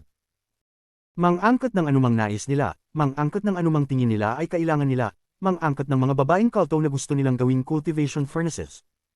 Mang-angkat, mang-angkat, mang-angkat. May isang tao sa mga kulto na parang langgam sa loob ng rehiyon na ang pangalan ay Wang Lin. Pinatay niya ang Scattered Thunder Clan, winasak ang isang sangay ng Moon Clan, at pinatay ang hindi mabilang na mga kulto mula sa Outer Realm. Kapag binuksan ang rangkang ng Ancient Star System, babukas din ang Must Kill list para sa loob ng rehiyon. Ang sinumang pumatay sa kanya ay makakakuha ng kredito para sa pagpatay ng 10,000 kulto. Patayin, patayin, patayin, patayin. Habang ang mga sigaw ng digmaan ay umalingaw sa Outer Realm, ang 13 clans na tinawag para sa unang laban ay nagtipon sa silangang bahagi ng Realm Ceiling Formation. Halos 70,000 na kulto ang naroroon, at sa isang sulyap, imposibleng makita ang dulo. Lahat sila ay nagpakita ng malupit na mga ngiti habang tinitingnan ang formation sa harap nila. Magmamadali silang pasukin ito kapag ito ay bumukas. May marka sa pagitan ng mga noo ng bawat isa. Sa ilalim ng matinding killing intent, isang kakaibang aura ang nagsimulang magpakita. Ang dugo ng mga 70,000 kulto ay nagsimulang mag-apoy at sila ay unti-unting nagiging agitated at baliw. Para silang mga mabagsik na hayop na matagal nang nagugutom at handang lamunin ang lahat. May 4 na tao na lumulutang sa malayo. Ang tao sa harap ay isang matandang lalaki na nakasuot ng Daoist robe. Ang kanyang mga mata ay kumikislap at ang marka sa pagitan ng kanyang noo ay isang itim na ahas. Si Master Enlighten East. Bagaman hindi siya isa sa 5 masters, nasa maagang yugto siya ng Arcane Void. Sa tabi niya ay isang binata. Ang binatang ito ay napakagwapo, ngunit ang kanyang mga mata ay makitid. Kapag siya ay damilat, nagiging linya ang mga ito na naglalabas ng malamig na kinang. May isang patong ng ulap sa paligid ng kanyang katawan, na nagpapakita sa kanya ng kakaibang itsura. Ang marka sa kanyang noo ay isang umiikot na itim na ulap. Si Esteemed Nanjiao. Bagaman hindi kasing taas ng level ng kanyang cultivation kumpara kay Great Desolation, nasa early stage spirit void siya, at ang kanyang lason ay kasing tanyag ng kay Great Desolation. Sa tabi ng dalawa ay ang malungkot na ninuno ng Fire Sparrow Clan. Tinutok niya ang kanyang mata sa formation sa harap niya, na nagpapakita ng matinding killing intent. Bago ang tatlo sa kanila ay isang babae na nakasuot ng cloud silk. Nakayuko ang kanyang ulo. Siya si Grandmaster Yunluo. Mabilis ang kanyang mga kamay na parang may pinaplano, at may kaunting alalahanin sa kanyang mga mata. Pasasalamatan ko si Grandmaster Yunluo sa pagtuklas na ang mga third step cultivators ng loob ng rehiyon ay natuklasan ng 7 colored realms na itinaguyod ng Sovereign. Ngunit paano kaya nakatalos ang mga langgam ng loob ng rehiyon sa tunay na plano ng Sovereign? Ngumiti si Master Enlighten East. Itinaas ni Grandmaster Yunluo ang kanyang magandang kamay at mahinang nagsalita. Ang layunin ng laban na ito ay hindi ang pumatay kundi ang magtakda ng transfer array, tandaan mo iyon. Bukod pa rito, si Wang Lin ay kailangang patayin agad. Hindi siya pwedeng mabuhay. Kabanata 15-17 Paglabag sa Porma Sion. Ngumiti si Master Enlighten East, ngunit agad niyang itinakwil ang ideyang iyon sa kanyang isipan. Tinitingnan niya ang 70,000 na hukbo ng mga kulto at ramdam ang matinding killing intent na puno ng galit at kabaliwan. Hindi niya maiwasang magpakita ng malupit na ekspresyon. Huwag nang magpakita ng awa. Ang killing intent ng mga lobo ay labis na nakakatakot. Paano ko naman hindi sila papayagan na magpatayan? Tungkol naman sa maliit na kulto, si Wang Lin, sa pinakamataas na antas, nasa Heaven's Blight stage lang siya. Bahagya lamang siyang pinalad sa mga nagawa niya. Madali siyang patayin. Wala nang dahilan para magpalaki ng gulo. Ang pangunahing layunin ng unang laban na ito ay ang pumatay at mangangkat. Ang pangalawa ay ang maglagay ng transfer array. Ang huling layunin ay patayin si Wang Lin sa daan. Habang iniisip ito ni Master Enlighten East, bigla siyang tumingin sa malayo. Kasabay nito, tumingin din sina Master Nanjiao, ang ninuno ng Fire Sparrow Clan, at si Grandmaster Yunluo sa malayo. Isang malakas na presyon ang kumalat mula sa tunog ng kalalakas na alingawngaw at ganap na pinatahimik ang matinding mga sigaw ng 70,000 na kulto. Ang tunog ay nakalulun, at mabilis itong nakakuha ng pansin ng lahat ng 70,000 na kulto. Isang dambuhalang itim na palasyo ang biglang lumitaw. Napakalaki nito, kasing laki ng isang cultivation planet.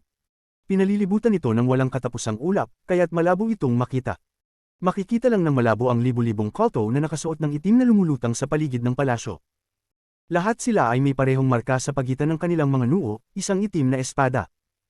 Ang bawat kulto na nakasuot ng itim ay naglalabas ng isang sobrang malamig na aura. Hindi sila nagpapakita ng emosyon habang lumulutang papalapit sa labas ng itim na palasyo. Isang malupit na sigaw ng killing intent ang bumalot sa Star Domain. Ito na ang Sword Clan. Ang mga gwardya ng Sovereign Council's Heaven Punishment Palace ay ang Sword Clan. Usap-usapan na ang bawat kulto ng Sword Clan ay may nakakatakot na lakas.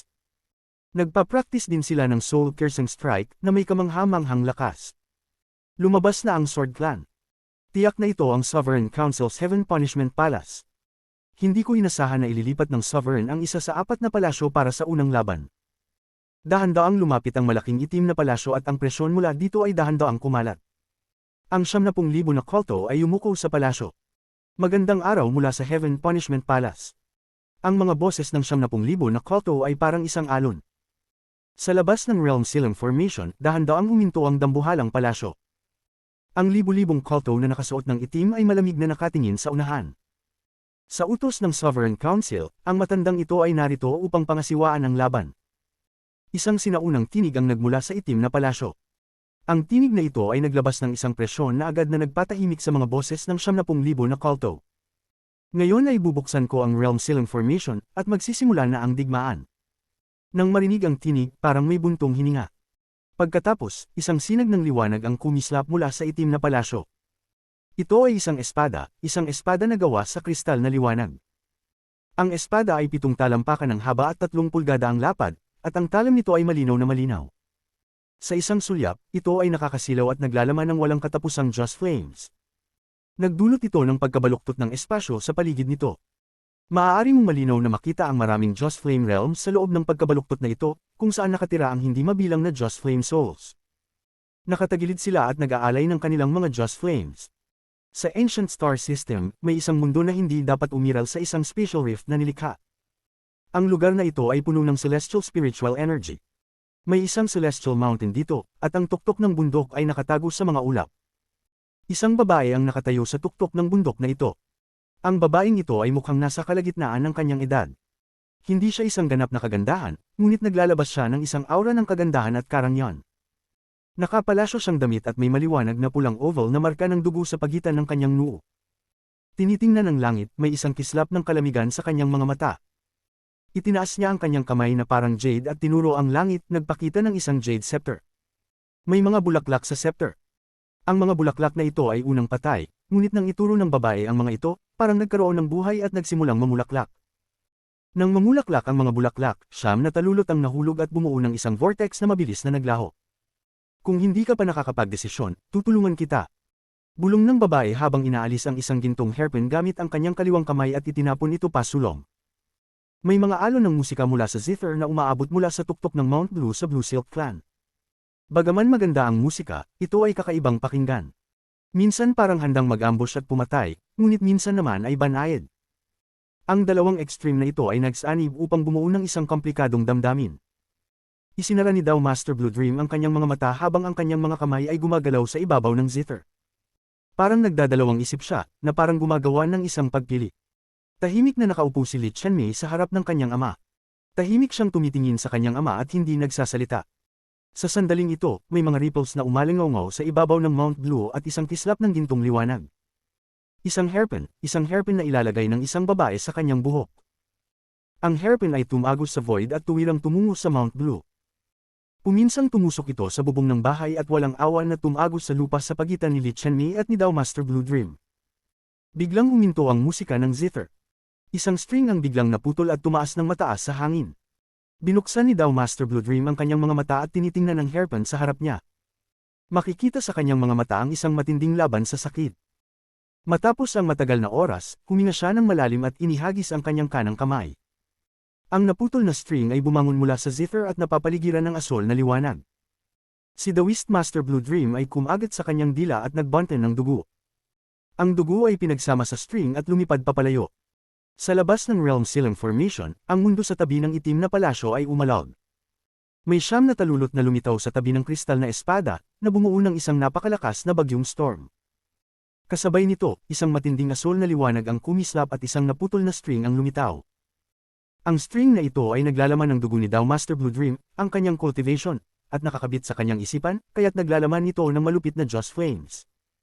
Sa pinakatimog kanlurang bahagi ng Ancient Star System, ang mundo dito ay medyo puti. Ang sinumang kulto na dumaan dito ay nakakaramdam ng malamig na lamig sa kanilang isipan. Kahit pa nila paganahin ang kanilang cultivation, sila ay magya-yellow. Sa malayo, may 9 na cultivation planets. Kung titingnan mula sa malayo, para silang 9 na malalaking piraso ng yelo, o mas tumpak, isang piraso. Isang dambuhalang piraso ng yelo at 9 na nagyayelong cultivation planets. May isang bata na mga 7 o 8 taon gulang na nakasil sa loob ng malawak na yelo. Sa sandaling ito, binuksan ng batang puno ng death energy ang kanyang mga mata.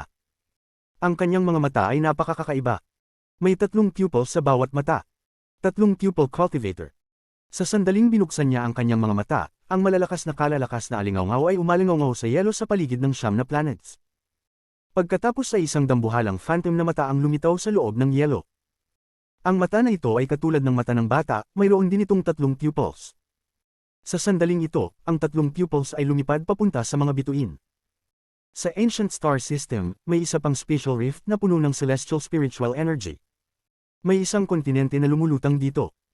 Ang kontinente na ito ay naglalabas ng isang sinaunang aura, at walang nakakaalam kung saan ito nanggaling. Isang babae ang nakaupo sa kontinente. Naka-red dress siya at maging ang kanyang buhok ay pula. Napakaganda ng kanyang itsura. Bagamat nakaupo siya, hindi maluwag ang kanyang pulang damit kundi ito ay masikip.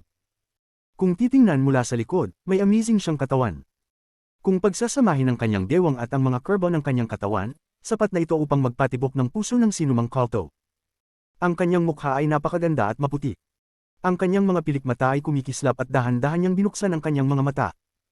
May kaunting kalungkutan sa mga mata niyang natural, at dahan-dahan niyang itinaas ang kanyang kamay na parang jade at kinagat ito. Ang itsura niya ay sapat upang magpaloko sa sinuman. May naramdaman siyang buntong hininga at pagkatapos ay pinutol niya ang kanyang daliri. Inihagis niya ang kanyang kamay at 3 patak ng dugo ang lumipad, naging 3 malalaking, nakakatakot na mga multo. Ang mga multong ito ay mukhang nakakatakot at naglabas ng malalakas na alingawngaw na umabot sa langit habang lumilipad sa ere. Pagkatapos ng ilang sandali, ang 3 multo ay yumuko sa babae na nakasuot ng pula at pagkatapos ay nawala. Sa labas ng Realm Sealing Formation, may isang kislap ng multong liwanag sa tabi ng kristal na espada, string, at siyam na talulod. Biglang lumitaw dito ang isang phantom eye. Ang mata na ito ay may 3 pupils, isang nakakagulat na tanawin. Sa sandaling lumitaw ang mata na may 3 pupils, isang malakas na sigaw ang narinig. Ang 3 dambuhalang multo ay binuksan ang espasyo at lumitaw. Ang iba't ibang mga kayamanan na nabuo ng mga malalakas na kulto mula sa Outer Realm ay nagtipon. Sa Ancient Star System, sa lumulutang na palasyo na pag-aari ng Sovereign, ang lalaking nakasuot ng itim na robe na napilitan na umatras mula sa sigaw ay tumangala. Itinaas niya ang kanyang tuyot na kamay at mariing itinutok pasulong. Fishing for the moon in the well. Ang sabi ng lalaking nakasuot ng itim na may mahina at mahinang tinig na umabot sa loob ng palasyo. Ang Realm Sealing Formation ay nagsimulang mag-alog bago ang 70,000 na kulto at nagiging malabo. Para bang may isang malupit na puwersa na gustong kunin ang kaluluwa ng Realm Sealing Formation. Habang ang Porma Sayon ay nanginginig, may mga liwanag na kumislap at iba't ibang mga espiritu ng Porma Sayon ang lumitaw. At ang mga Blood Treasures ay nagbigay ng isang nakakagulat na aura. Ang pag-alog mula sa Realm Sealing Formation ay nakakuha ng pansin ni Wang Lin. Sumikip ang mga pupils niya at tumingin siya. Mayroong mga pagkakataon sa mundong ito. Kung walang Realm Sealing Formation, malinaw na makikita ng mga 70,000 na kulto ang puting buhok na si Wang Lin na tinitingnan sila mula sa kabilang bahagi ng formation. Kabanata 15:18 Hindi pwedeng umiwas. Ang lokasyon ng unang laban sa Inner Realm ay nasa Cloud Sea Star System. Ang lugar na kanilang tatawiran ay eksaktong kinaroroonan ni Wang Lin. Ang panginginig ng Realm Sealing Formation ay nakarating sa Inner Realm. Malinaw na nakita ni Wang Lin na ang net ng formation ay naging magulo, parang may puwersang nagtatangkang dumaan. Nang makita ito, nagbago ang ekspresyon ni Wang Lin. Sa sandaling ito, hindi pa handa ang Inner Realm para sa labanan, at hindi pa natagpuan ng 7 Colored Realms. Ngunit nandyan na ang digmaan. Agad na naisip ni Wang Lin na ang kakaibang pagbabago sa formation ay sanhi ng Outer Realm na gumagamit ng iba't ibang paraan upang punitin ang formation. Ang Realm Sealing Formation ay isang double-edged sword. Pinipigilan nito ang Just Flames mula sa Inner Realm kaya't hindi makakapantay ang mga cultivator mula sa Inner Realm sa mga cultivator mula sa Outer Realm. Katumbas ito ng pagputol sa kanilang mga ugat. Ngunit gumaganap din ito ng isang protection na papel. Mahirap pumasok o makalabas. Sa mga sandaling ito, ang Realm Sealing Formation ay malakas na nanginginig, parang ang mga espiritu ng formation ay halos mahayla palabas. Mas malinaw pa ito mula sa Outer Realm. Ngunit wala ng oras si Wang Lin para mag-aksaya. Wala nang pangangailangan para siya pa ang magbigay alam sa iba, dahil tiyak na napansin na ito ng ibang mga cultivator sa ikatlong hakbang. Gayunpaman, siya ang pinakamalapit dito, at habang hindi niya kayang pigilan ang pagkabasag ng formation, kailangan niyang maghanda para sa pinakamasama. Isang kislap ng killing intent ang tumama sa kanyang mga mata. Ang killing intent na ipinakita niya ng patayin si The Wistwater ay medyo nawala, ngunit muling sumunod dito. Tumindi ang kanyang slaughter essence. Patayin. Patayin ang sinuman na magtangka magpasok. Ito ay digmaan, at walang moralidad sa digmaang ito. Pwede siyang umalis ngayon, ngunit hindi niya magagawa. Ito ay isang pagsalakay, ang pagsalakay sa kanyang sariling bayan. Para sa kanyang tahanan, para sa kanyang inang bayan, para sa kaluwalhatian ng mga cultivator ng Inner Realm. Ang mga mata ni Wang Lin ay namula. Pumatay siya sa buong buhay niya para sa kanyang sarili, at sa labas ng God Sect lang siya tunay na nakaramdam ng kaluwalhatian bilang isang cultivator ng Inner Realm. Ang digmaang ito ay tatagal ng hindi tiyak na panahon.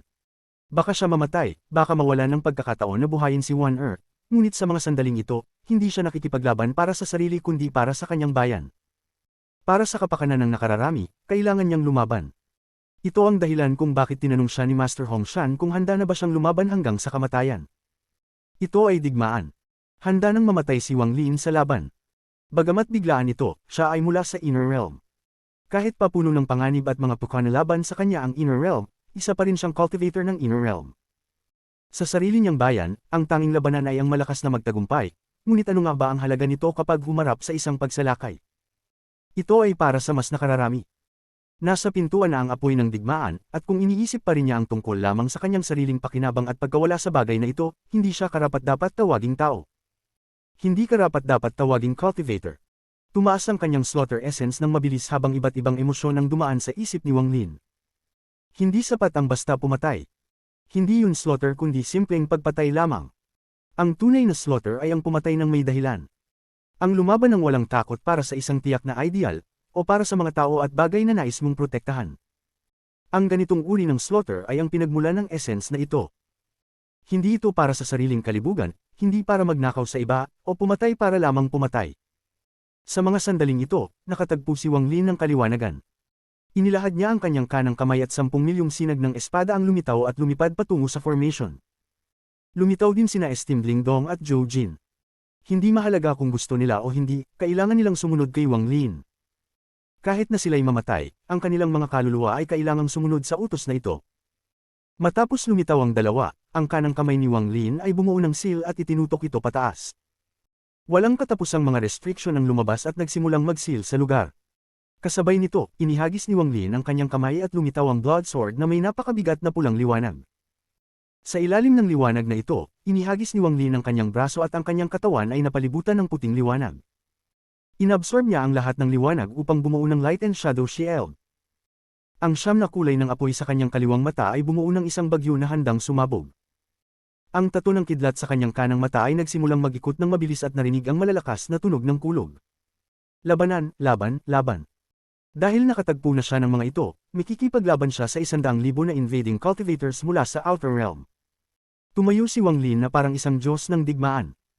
Ang kanyang dumadaloy na puting buhok at ang kanyang dumadaloy na puting damit ay nagbigay sa kanyang anyo ng walang katapusang laki. Ang isang pakiramdam ng kaluwalhatian ay dahan-daang kumalat mula sa kanyang katawan, ang kaluwalhatian ng pagiging isang cultivator ng Inner Realm. Ang Realm Seal Formation ay tila naging isang dambuhalang balon sa mga mata ng mga cultivators mula sa Outer Realm. Isang puwersa ang dumating mula sa Ancient Star System, at nais nitong hanguin ang mga kaluluwa mula sa loob ng balon na ito. Habang ang mga tunog ng kulog ay umuugong, ang formation ay malakas na nanginginig at ang mga espiritu ng formation ay lahat lumitaw, handang maglunsad ng kontra-atake. Ngunit sa mga sandaling ito, isang sinaunang tinig ang nagmula sa malaking itim na palasyo. Wasakin ng formation. Matapos lumitaw ang tinig na ito, ang mundo ay nayanig. Ang kristal na espada ay sumabog ng isang nakakagulat na sigaw at ang mga nakapaligid na yaman ay sabay na sumugod. Hindi lang isa ang nagtatangkang basagin ang formation, kundi ang buong lakas ng 6 na tao. 2 Celestial Imperial Concubines, 3 third-step powerhouses, at ang Sovereign. Sa sandaling ang kaluluwa ng formation ay halos mahayla palabas ng Sovereign at ang mga espiritu ng formation ay nagpakita upang umatake, sumugod ang 5 yaman. Isinagawa nila ang isang matinding atake sa mga espiritu ng formation. Nagpakita ng mga kidlat na pilak sa buong formation, na naging isang lightning formation ng buong formation. Ang walang katapusang mga pilak na ahas ay nagtipon upang bumuo ng isang sibat na puno ng walang katapusang kapangyarihan ng kidlat at pinaputok ito patungo sa kristal na espada. Ang mga tunog ng kulog ay gumugol ng kalangitan. Nang magbanggaan ang kristal na espada at ang sibat, ang walang katapusang Just Flame Power ay sumabog upang labanan ang sibat. Habang ang espada at sibat ay naglalaban, may isang kislap ng kulay lila. Ang nakakatakot na kulay lila ay nagpunta sa mga bituin. Pareho ang Inner at Outer Realms na malinaw itong nakita. Sa loob ng kulay lilang liwanag, isang dambuhalang whip ang nabuo. Nang ito'y lumabas, narinig ang tunog ng mga putok at tumama ito sa zither string ni Dao Master Blue Dream. Ang dalawa ay nagsimulang magbanggaan ng mabangis. Pagkatapos ng kulay lilang liwanag, isang pulang liwanag ang kumalat na parang sariwang dugo. Ang mga alingawngaw ng mga pag-ungol ng kalungkutan na puno ng hindi maipaliwanag na sakit ay kumalat rin. Isang siyam na ulo na meteor hammer ang biglang lumitaw. Habang ang siyam na ulo ay gumalaw, parang ang martilyo ay magpapasabog ng kalawakan at mabilis itong tinamaan ng siyam na pedals. Sa sandaling lumitaw ang pulang liwanag, isang napakalaking heatwave ang sumabog mula sa formation. Isang dambuhalang kertang lumitaw at isang matinding init ang kumalat. Ito ay isang giant catapult. Nang lumitaw ito, nagbigay ito ng isang nakabibinging aura. May isang napakalakas na apoy sa braso nito na sapat upang sunugin ang kahit ano, at bigla itong nagpadala pasulong. Bumangga ito patungo sa tatlong pupil na mata na gawa sa yelo. Sa likod ng kertang, isang kislap ng dilim ang dumaan na parang nais lamunin ang lahat ng liwanag. Isang dambuhalang staff ang lumitaw ng tahimik. Ang staff na ito ay natatakpan ng mga tinik at mansang puno ng malaking dami ng itim na dugo. Nagbigay ito ng matinding aura at pinaputok patungo sa tatlong multo na nabuo mula sa tatlong patak ng dugo ng Imperial Celestial Concubine. Ang mga tunog ng kulog ay umuugong. Ang buong Realm Sealing Formation ay malupit na nanginginig. Kunsoo ang mga mata ni Wang Lin, ngunit ang kanyang ekspresyon ay matindi. Nagsimula na ang digmaan. Nanginginig ang Realm Sealing Formation habang ang mga espiritu ng formation ay isa-isang lumilitaw, at agad na sumunod ang iba pa. Gayunpaman, sa sandaling sila ay lumitaw, ang misteryosong puwersa na nagmumula sa Ancient Star System ay bumuo ng isang kamay at hinayla ito pataas. Ang Realm Sealing Formation ay nanginginig at ang kaluluwang ipinanganak sa formation sa loob ng 10,000 taon ay hinayla palabas. Ang kaluluwang ito ay hindi nakikita, ngunit naramdaman ng mga cultivator mula sa labas ang kanyang sinaunang aura. Napakabigat ng kaluluwa. Nang ito ay hilahin palabas, tila hindi kayang tiisin ng misteryosong puwersa ito. Inangat lamang ito ng ilang talampakan bago hamina. Isang buntong hininga ang Yumeko sa buong Ancient Star System. Ang misteryosong puwersa ay biglang punitin sa gilid. Isang tunog ng kulog ang umuugong at isang puwang ang napunit sa kaluluwa. Sa sandaling lumitaw ang puwang na ito, isang bitik ang lumitaw sa Realm Sealing Formation. Ang paglitaw ng bitik na ito ay tila nagdulot ng pagpigil ng Realm Sealing Formation. Sa sandaling tumigil ito, isang sinaunang at mahinang tinig ang Yumeko sa buong mga bituin. Ginawa ko na ang aking makakaya. Matapos niyang magsalita, ang 5 yaman na nakikipaglaban sa 5 espiritu ng formation ay sabay-sabay na nanginig. Sa isang spatial crack na puno ng celestial spiritual energy sa Ancient Star System, isang kislap ng lamig ang dumaan sa mata ng isang ginang na nasa tuktok ng bundok.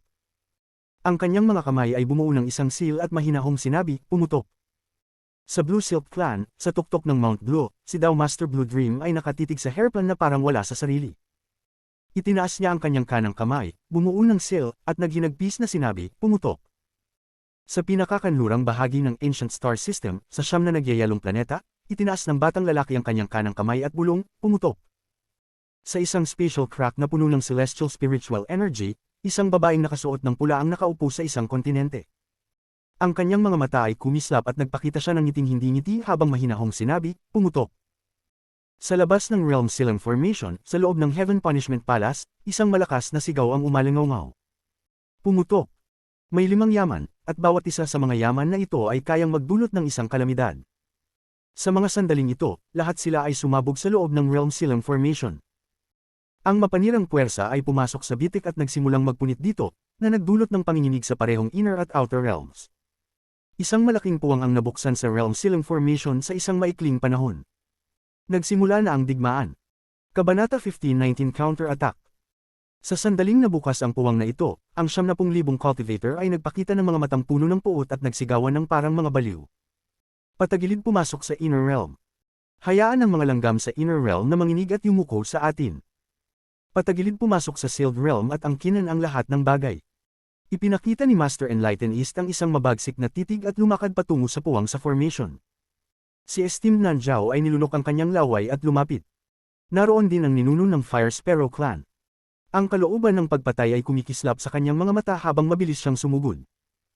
Ang 70,000 cultivator ay nagsimulang magsugod patungo sa puwang sa formation ng parang mga baliw. Mahihirapan nilarawan ang tanawin na ito. Ang mga cultivator mula sa outer realm ay parang isang baha, at ang realm sealing formation ay parang isang dam. Ngayon, may butas ang dam at ang baha ay dumadaloy dito. Punong-puno ng kalooban ng pagpatay ang mga bituin. Sa isang kisap mata, tens of thousands ng cultivator ang pumasok sa puwang at pumasok sa inner realm na nagpasabog sa kanilang mga galit. Nakita nila ang inner realm. Nakita nila si Wang Lin, na malamig na nakatingin sa kanila. Nanatiling neutral ang ekspresyon ni Wang Lin at hindi agad kumilos. Ang pagbagsak ng realm ceiling formation ay nagbigay sa kanya ng pakiramdam na may mali, parang may itinatago. Hindi siya gumalaw at tanging malamig na titig lang ang ipinukul sa mga cultivator mula sa outer realm na parang mga balang. Siya ay naghihintay upang tiyakin ang kanyang hinuha. Ngunit sa sandaling iyon, isang nakakagulat na pagbabago ang naganap. Isang jade ang lumitaw sa realm ceiling formation na napunit. Ang jade na ito ay nagbigay ng aura na kilalang-kilala ni Wang Lin, at tanging isang tao lamang ang maaaring magmay-ari nito. Ang Lord ng Sealed Realm. Sa sandaling lumitaw ang jade, isang punong pangote ng langit ang biglang dumating. Ang pangote ng langit ay lumitaw ng bigla, eksaktong ng kalahati ng 70,000 cultivator ay pumasok. Sa sandaling lumitaw ang pangote ng langit, walang awa itong bumagsak sa mga cultivator mula sa outer realm. Ang isang malakas na ugong ay kumalat ng mabilis. Habang bumabagsak ang pangote ng langit, lahat ng cultivator sa landas nito ay nagsisigaw ng malupit. Hindi nila kayang umiwas, at nang tumama ang pangote sa kanila, ang kanilang mga katawan ay sumabog at ang kanilang mga kaluluwang pinagmulan ay napawi. Walang cultivator na nakapagtanggol kahit saglit habang tinaga sila ng pangote ng langit. Tanging ang kanilang mga malulungkot na sigaw ang nanatili. Habang bumagsak ang pangote ng langit, halos 5,000 cultivator ang namatay. Nang makita nilang umaangat ang pangote at maghahanda ng muling bumagsak, nagbago ng malaki ang ekspresyon ni na Master Enlightened East, ang ninuno ng Fire Sparrow Clan, at si Esteem Nanjiao at lahat sila ay mabilis na tumakbo patungo sa pangote ng langit. Pumasok na mas mabilis sa inner realm, magmadali kayong lahat. Pipigilan namin ang Heaven-Splitting Axe habang kayo ay papasok. Ang malaking itim na palasyo sa labas ng formation ay biglang nagbukas at isang matandang lalaki na payat ang lumabas. Ang kanyang katawan ay parang kalansay, at kumuha siya ng isang hakbang pasulong. Agad siyang lumapit at papatigilan sana ang Heaven-Splitting Axe. Ngunit sa sandaling iyon, ang jade ay kumislap at isang malambot na liwanag ang pumulupot sa matandang lalaki. Nagbago ang ekspresyon ng matandang lalaki. Napansin niya na ang aura ng jade ay pamilyar. Ngayon na ito ay tumama sa kanya, ang kanyang isipan ay nayanig. Lord of the Sealed Realm, ikaw, matandang multo. Ikaw ba ay nag-fuse sa formation? Habang nangyayari ang lahat ng ito, ang kalooban ng pagpatay ay sumak sa mga mata ni Wang Lin. Naghintay siya upang tiyakin ang kanyang hinuha. Baka nga noon, ang Lord of the Sealed Realm ay naghihintay para sa sandaling ito. Hindi na siya nagdalawang isip at humakbang pasulong. Habang ang mga cultivator na may mga pulang mata ay sumugod, inilag ni Wang Lin ang kanyang kamay at 10 milyong sinag ng enerhiya ng espada ang sumabog. Sa likod ng 10 milyong sinag ng enerhiya ng espada ay walang katapusang mga restriction. Sinimulan niyang labanan ng napakaraming kalaban ng mag-isa. Si Esteem Lingdong at Zhou Jin ay kailangang umatake sa ilalim ng utos ni Wang Lin. Pamatak sila patungo kay Master Enlightened East at mga kasama niyang sinusubukang pigilan ng Heaven-Splitting Axe. Humakbang si Wang Lin at lumabas ang siyam na kulay na bagyong apoy mula sa kanyang kaliwang mata. Ang ethereal fire ay kumalat. Ang mga emosyon ng mga cultivator mula sa outer realm ay pumutok sa kanyang apoy. Lahat ng ito ay mga emosyon na kayang mag-apoy ng ethereal fire. Ethereal fire, mag-apoy. Nang sabihin ni Wang Lin ito, kumislap ang thunder tattoo sa kanyang kanang mata at ang kulog ay umalangaw-ngaw. Ang thunder tattoo ay lumabas at kumalat ng walang katapusan sa mga bituin. Ang siyam na kasamang mga kulog ay naglabas ng walang katapusang mga kidlat na bumagsak sa mga cultivator ng outer realm. Patay, patay, patay, patay. Ang mga malulungkot na sigaw ay umalangaw sa buong Cloud Sea. Mula sa mga tens of thousands na cultivator, halos 1,000 sa kanila ay naging mga bola ng apoy dahil sa ethereal fire. Nagsisigaw sila ng malupit at nagtatangkang umatras. Ngunit sa sandaling iyon, isang kislap ng dugo ang lumiwanag at ang dugo na espada ay lumitaw mula sa kinaroroonan nito.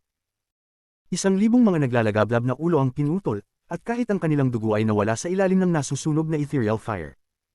Isang galaw para pumatay ng 1,000 tao. Si Wang Lin ay isang mabagsik na tigre na nagbabantay sa kanyang teritoryo, at siya ay sumugod.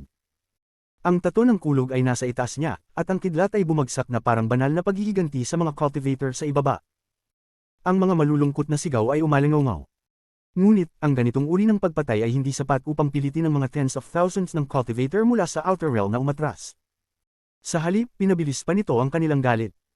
Sa puntong ito, alam ng mga ito, mga galit na naglalagablab na cultivator, na sila'y mamamatay, kaya pinili nilang mag-self-destruct. Ang malalakas na ugong ng kulog ay umalangaw. Habang sila ay sumabog, ang isang mapanirang lakas ay kumalat. Kung wala si Wang Lin ng katawan ng isang sinaunang Diyos, napilitan siyang umatras sa gitna ng magulong labanan. Ito si Wang Lin. Patayin siya at makakapasok kayo sa Ancient Star System ranking. Patayin siya. Isa lang siyang tao, at naglalakas loob siyang harangin ang hukbo ng Outer Realm. Mamatay ka, mamatay ka, mamatay ka, mamatay. Ang tens of thousands ng cultivator ay sumugod na may mga mabagsik, namumulang mata. Si Wang Lin ay nagpatuloy sa pagpatay sa kanila. Ang lahat ng nasa paligid niya ay kalaban, at walang katapusang mga yaman ang sumabog sa kanyang katawan. Ang Light and Shadow Shield ay tumagal lamang ng ilang saglit bago ito bumagsak. Ngunit ang katawan niya bilang isang sinaunang Diyos ay napakalakas. Bagamat bumagsak ang Light and Shadow Shield, hindi siya natakot. Ibinangon niya ang kanyang mga daliri at itinutok ito sa isang cultivator. Siya ay sumabog at namatay. Patay, patay, patay. Ang mga mata ni Wang Lin ay namumula-mula sa pagpatay. Ang mga kalapit na cultivator ay nagsimulang magliyab. Bagamat sila'y sumabog, ang kanilang ethereal fire ay lumabas at pinaligid si Wang Lin. Sa gitna ng pagpatay, nakalimutan ni Wang Lin kung ilang tao na ang napatay niya. Marami ang sugat sa kanyang katawan, ngunit ang mga sugatang iyon ay mabilis na gumaling. Biglang bumagsak ang Heaven-Splitting Axe. Halos 5,000 cultivator ang pumutok at namatay ng malupit. Lingdong, Zhou Jin, kayo ba ay magtatangkang hamarang sa amin? Kayo ba ay mga cultivator ng Outer Realm, at gusto niyong maging mga taksil? Si Master Enlightened East ay nilingon ang kanyang manggas at nakaharap si Lingdong at Zhou Jin. Hindi lang iyon, mayroon din siyang sapat na lakas upang subukang pigilan ang muling pagbagsak ng Heaven-Splitting Axe. Tahimik na nag-isip si Zhou Jin at ipinakita ang isang komplikadong ekspresyon, ngunit hindi siya nag-atubiling umatake. Si Lingdong ay walang pakiramdam.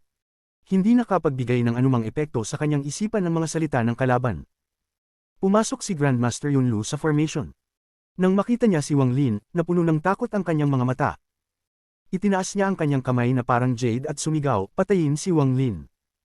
Biglang lumiko ang ninuno ng Fire Sparrow Clan na may mabagsik na ekspresyon. Hindi niya inintindi ang Heaven-Splitting Axe at mabilis na sumugod patungong Wang Lin. Kasama rin si Esteemed Nanjiao. Ang kanyang mga mata ay kumislap habang ngumiti at sumugod kay Wang Lin kasama ang ninuno ng Fire Sparrow Clan. Kasabay nito, ang payat na lalaki na nahulog sa jade mula sa Lord ng Sealed Realm ay nagpalawak ng kanyang divine sense at nagsimula ng isang masalimuot na atake. Ang malalakas na ugong ng kulog ay umalingaw at walang tagumpay na natukoy sa sandaling iyon. Ang digmaang ito ay umabot sa kanyang sukdulan sa simula pa lang.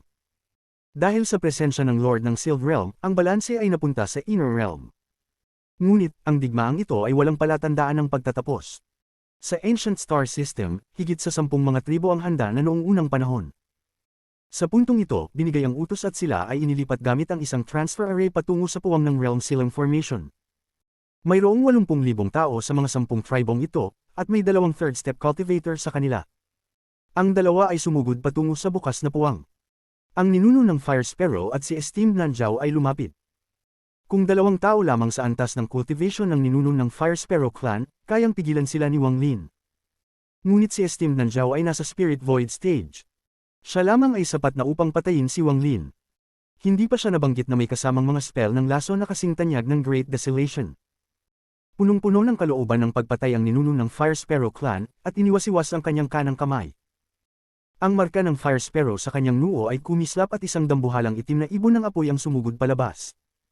Naglalaman ito ng isang bahid ng ethereal fire habang sumugod ito patungong Wang Lin. Ang ibon ng apoy na ito ay naglalaman ng walang katapusang just flames at nagbigay ng isang matinding init na aura. Pati ang espasyo mismo ay tila naluluto. Agad na lumapit ang ibon kay Wang Lin. Ang mga mata ni Esteemed Nanjiao ay kumislap. Hindi siya gumamit ng mga spell, iniangat lang ang kanyang kanang kamay.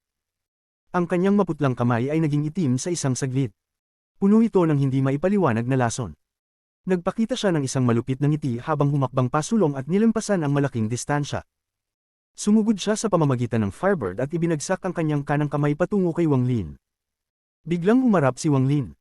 Kumarba ang kanyang mga mata at mabilis na umatras habang itinaas ang kanyang kanang kamay. Sa sandaling iyon, sa Cloud Sea sa malayo, ang mundo ay gumalaw. Si Master Hongshan at si Master South Cloud ay lumakad palabas. Nagbigay sila ng kalooban ng pagpatay at mabilis na lumapit. Narinig ang mahihinang mga ngiyaw mula sa mga bituin sa likuran nila. Kaluwalhatian sa Cloud Sea. Kaluwalhatian sa Cloud Sea. Kaluwalhatian sa Cloud Sea. Tens of thousands ng cultivator ang sumugod. Kabanata 15:20 Kaluluwa ng Espiritu. Dumating na ang mga cultivator ng Cloud Sea. Tens of thousands na cultivator, hindi mabilang na mga sinag ng pulang liwanag.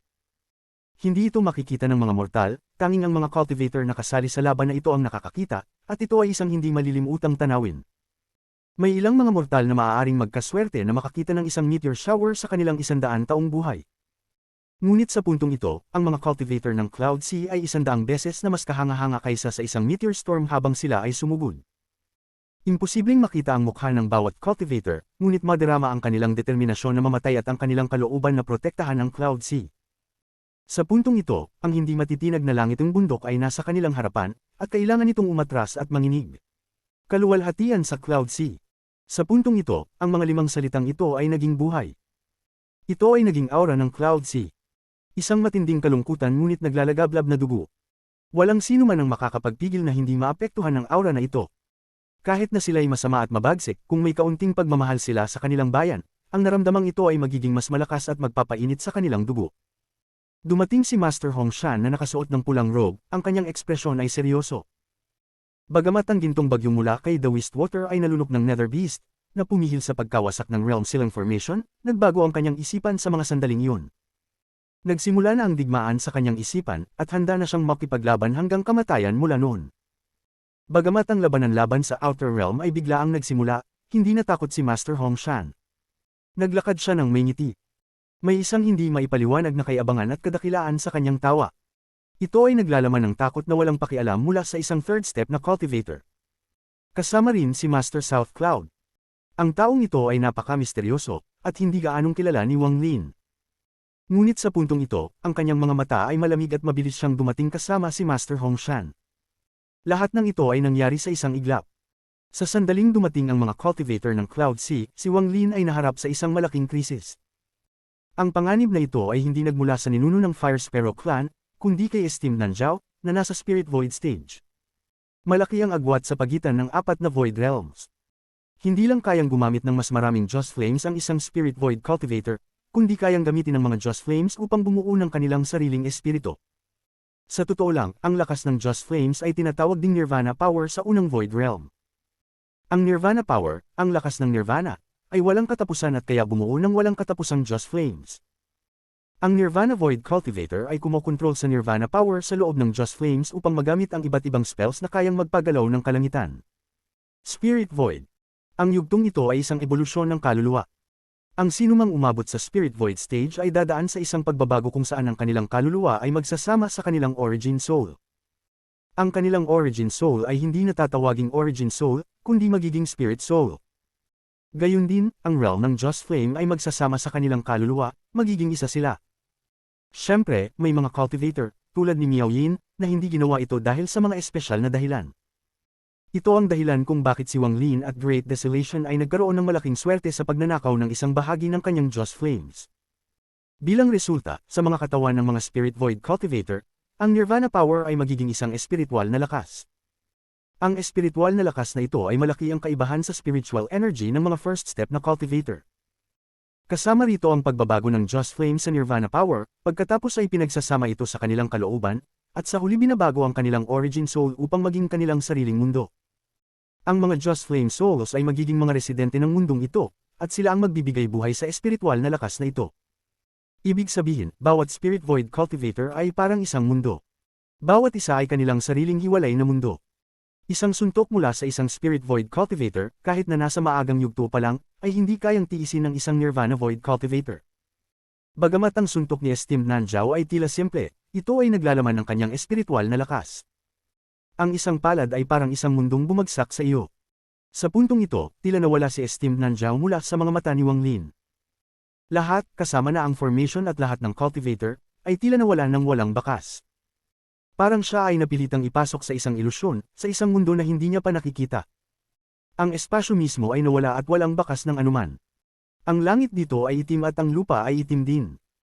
Isang amoy ang pumuno sa lugar na ito, at nakita niya ang walang katapusang mga tao na nakasuot ng itim na nakaupo sa lupa.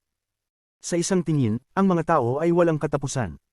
100,000, 1,000,000, 10,000,000, 100,000,000, 1 bilyon, 10 bilyon. Ang mundong ito ay walang hanggan, at ang dami ng mga tao sa itim ay nakakagulat. Sila ang mga Joss Flame Souls ni Esteemed Nanjiao, at ang lugar na ito ay ang Joss Flame Realm ni Esteemed Nanjiao. Ang atake ng isang Spirit Void Cultivator ay kayang dalhin ang target nila sa kanilang Joss Flame Realm. Ang Joss Flame Realm ay pinagsama sa kaluluwa ng Spirit Void Cultivator, at dito nilikha ang mga Joss Flames. Nagulat si Wang Lin. Sa wakas, hindi siya gaanong pamilyar sa mga third step na cultivator, lalo na ang Spirit Void stage. Hindi rin masyadong alam ito ni Lingdong o Zhou Jin. Maliban na lang kung isa kang personal na nakaranas nito, walang makakapagpaliwanag. Kahit na si Wang Lin ay nakaramdam ng kaunting paghamak sa mga Spirit Void Cultivator sa kanyang puso. Sa wakas, sa Outer Realm, nakatagpo siya kay Dao Master Blue Dream at nakipaglaban sa Sovereign. Nakipagtulungan pa siya kay Great Desolation. Ngunit sa puntong ito, ang hint ng paghamak na iyon ay nawala ng walang bakas. Naunawaan ni Wang Lin. Ngayon siya ay nasa loob ng Joss Flame Realm ni Esteemed Nanjiao. Ang mundo ay umalag at isang dambuhalang palad ang lumitaw sa langit. Ang palad na ito ay itim din at nagbigay ng amoy. Habang ang langit ay umalag, ang buong langit ay naging palad at bumagsak kay Wang Lin. Ang lupa ay kumilos at may mga buzzang na tunog na umalingaw. Ang mga walang katapusang tao sa itim ay bumanggit patungo kay Wang Lin. Hindi alam ni Wang Lin kung ano ang kanilang sinasabi, ngunit ang tunog na ito ay nagdulot ng isang bahid ng inis sa kanyang puso. Ang pagsasabi nito ay isang ilusyon ay parehong tama at mali. Tama dahil ang mga cultivator mula sa Outer Realm ay patuloy na naruroon at patuloy na sumusuong. Ang mga cultivator ng Cloud Sea ay patuloy din sa pagdating. Ang katawan ni Wang Lin ay hindi nawala. Siya ay patuloy na lumulutang doon. Gayunpaman, ang matalim na tingin sa kanyang mga mata ay napalitan ng isang kawalan.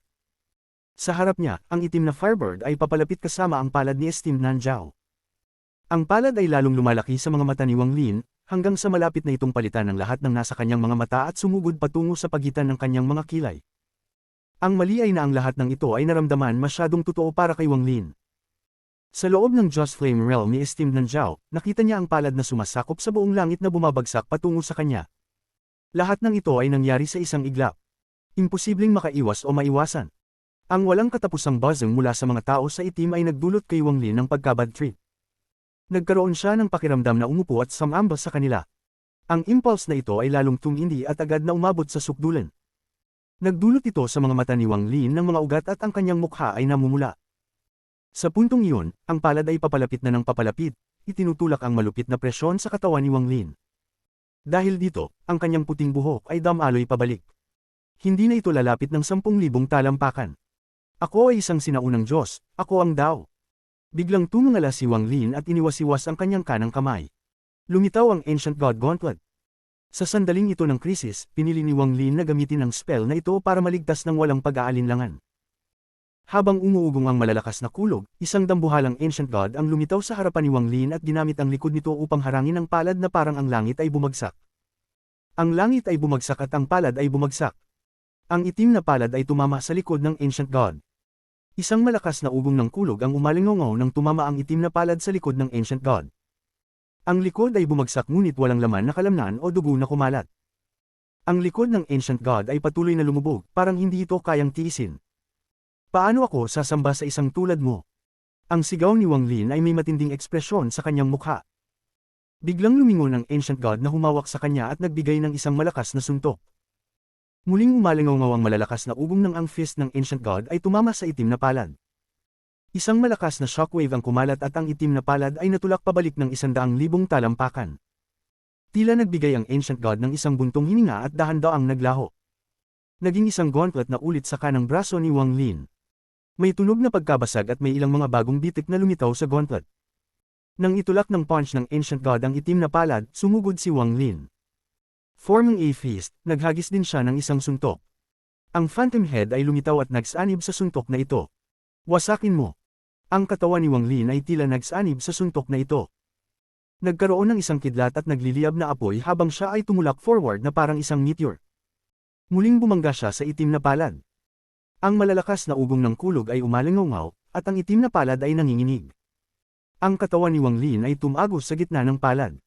Ang mga mata ni Wang Lin na malalim na walang laman ay agad na gumaling, parang siya ay nagising. Sa totoo lang, isang iglap lamang ang lumipas. Nang gumaling siya, naging mapatla ang kanyang mukha at umubos siya ng dugo habang mabilis na umatras. Ang kanang kamay ni Esteemed Nanjiao ay nanginginig ng ang distansya nito kay Wang Lin ay wala pang 30 talampakan. Sa puntong iyon, may damaloy na dugo mula sa gitna ng kanyang palad, parang siya ay nasaktan ng isang bagay na hindi nakikita. Ang kanyang mga mata ay puno ng pagkabigla at ang kanyang katawan ay tinamaan ng isang malakas na puwersa. Hindi na siya makasunod at umatras siya ng ilang hakbang palayo sa itim na Firebird. Anong lakas ng katawan? Ang ekspresyon ni Esteemed Nanjiao ay malungkot. Naunawaan niya kung bakit si Wang Lin ang unang nasa listahan ng mga kailangang patayin. Hindi pa nga siya umabot sa third step pero nakaligtas siya at nakipaglaban pabalik laban sa aking palad. Kung umabot siya sa third step, magiging labis siyang nakakatakot. Hindi pwedeng mabuhay ang batang ito.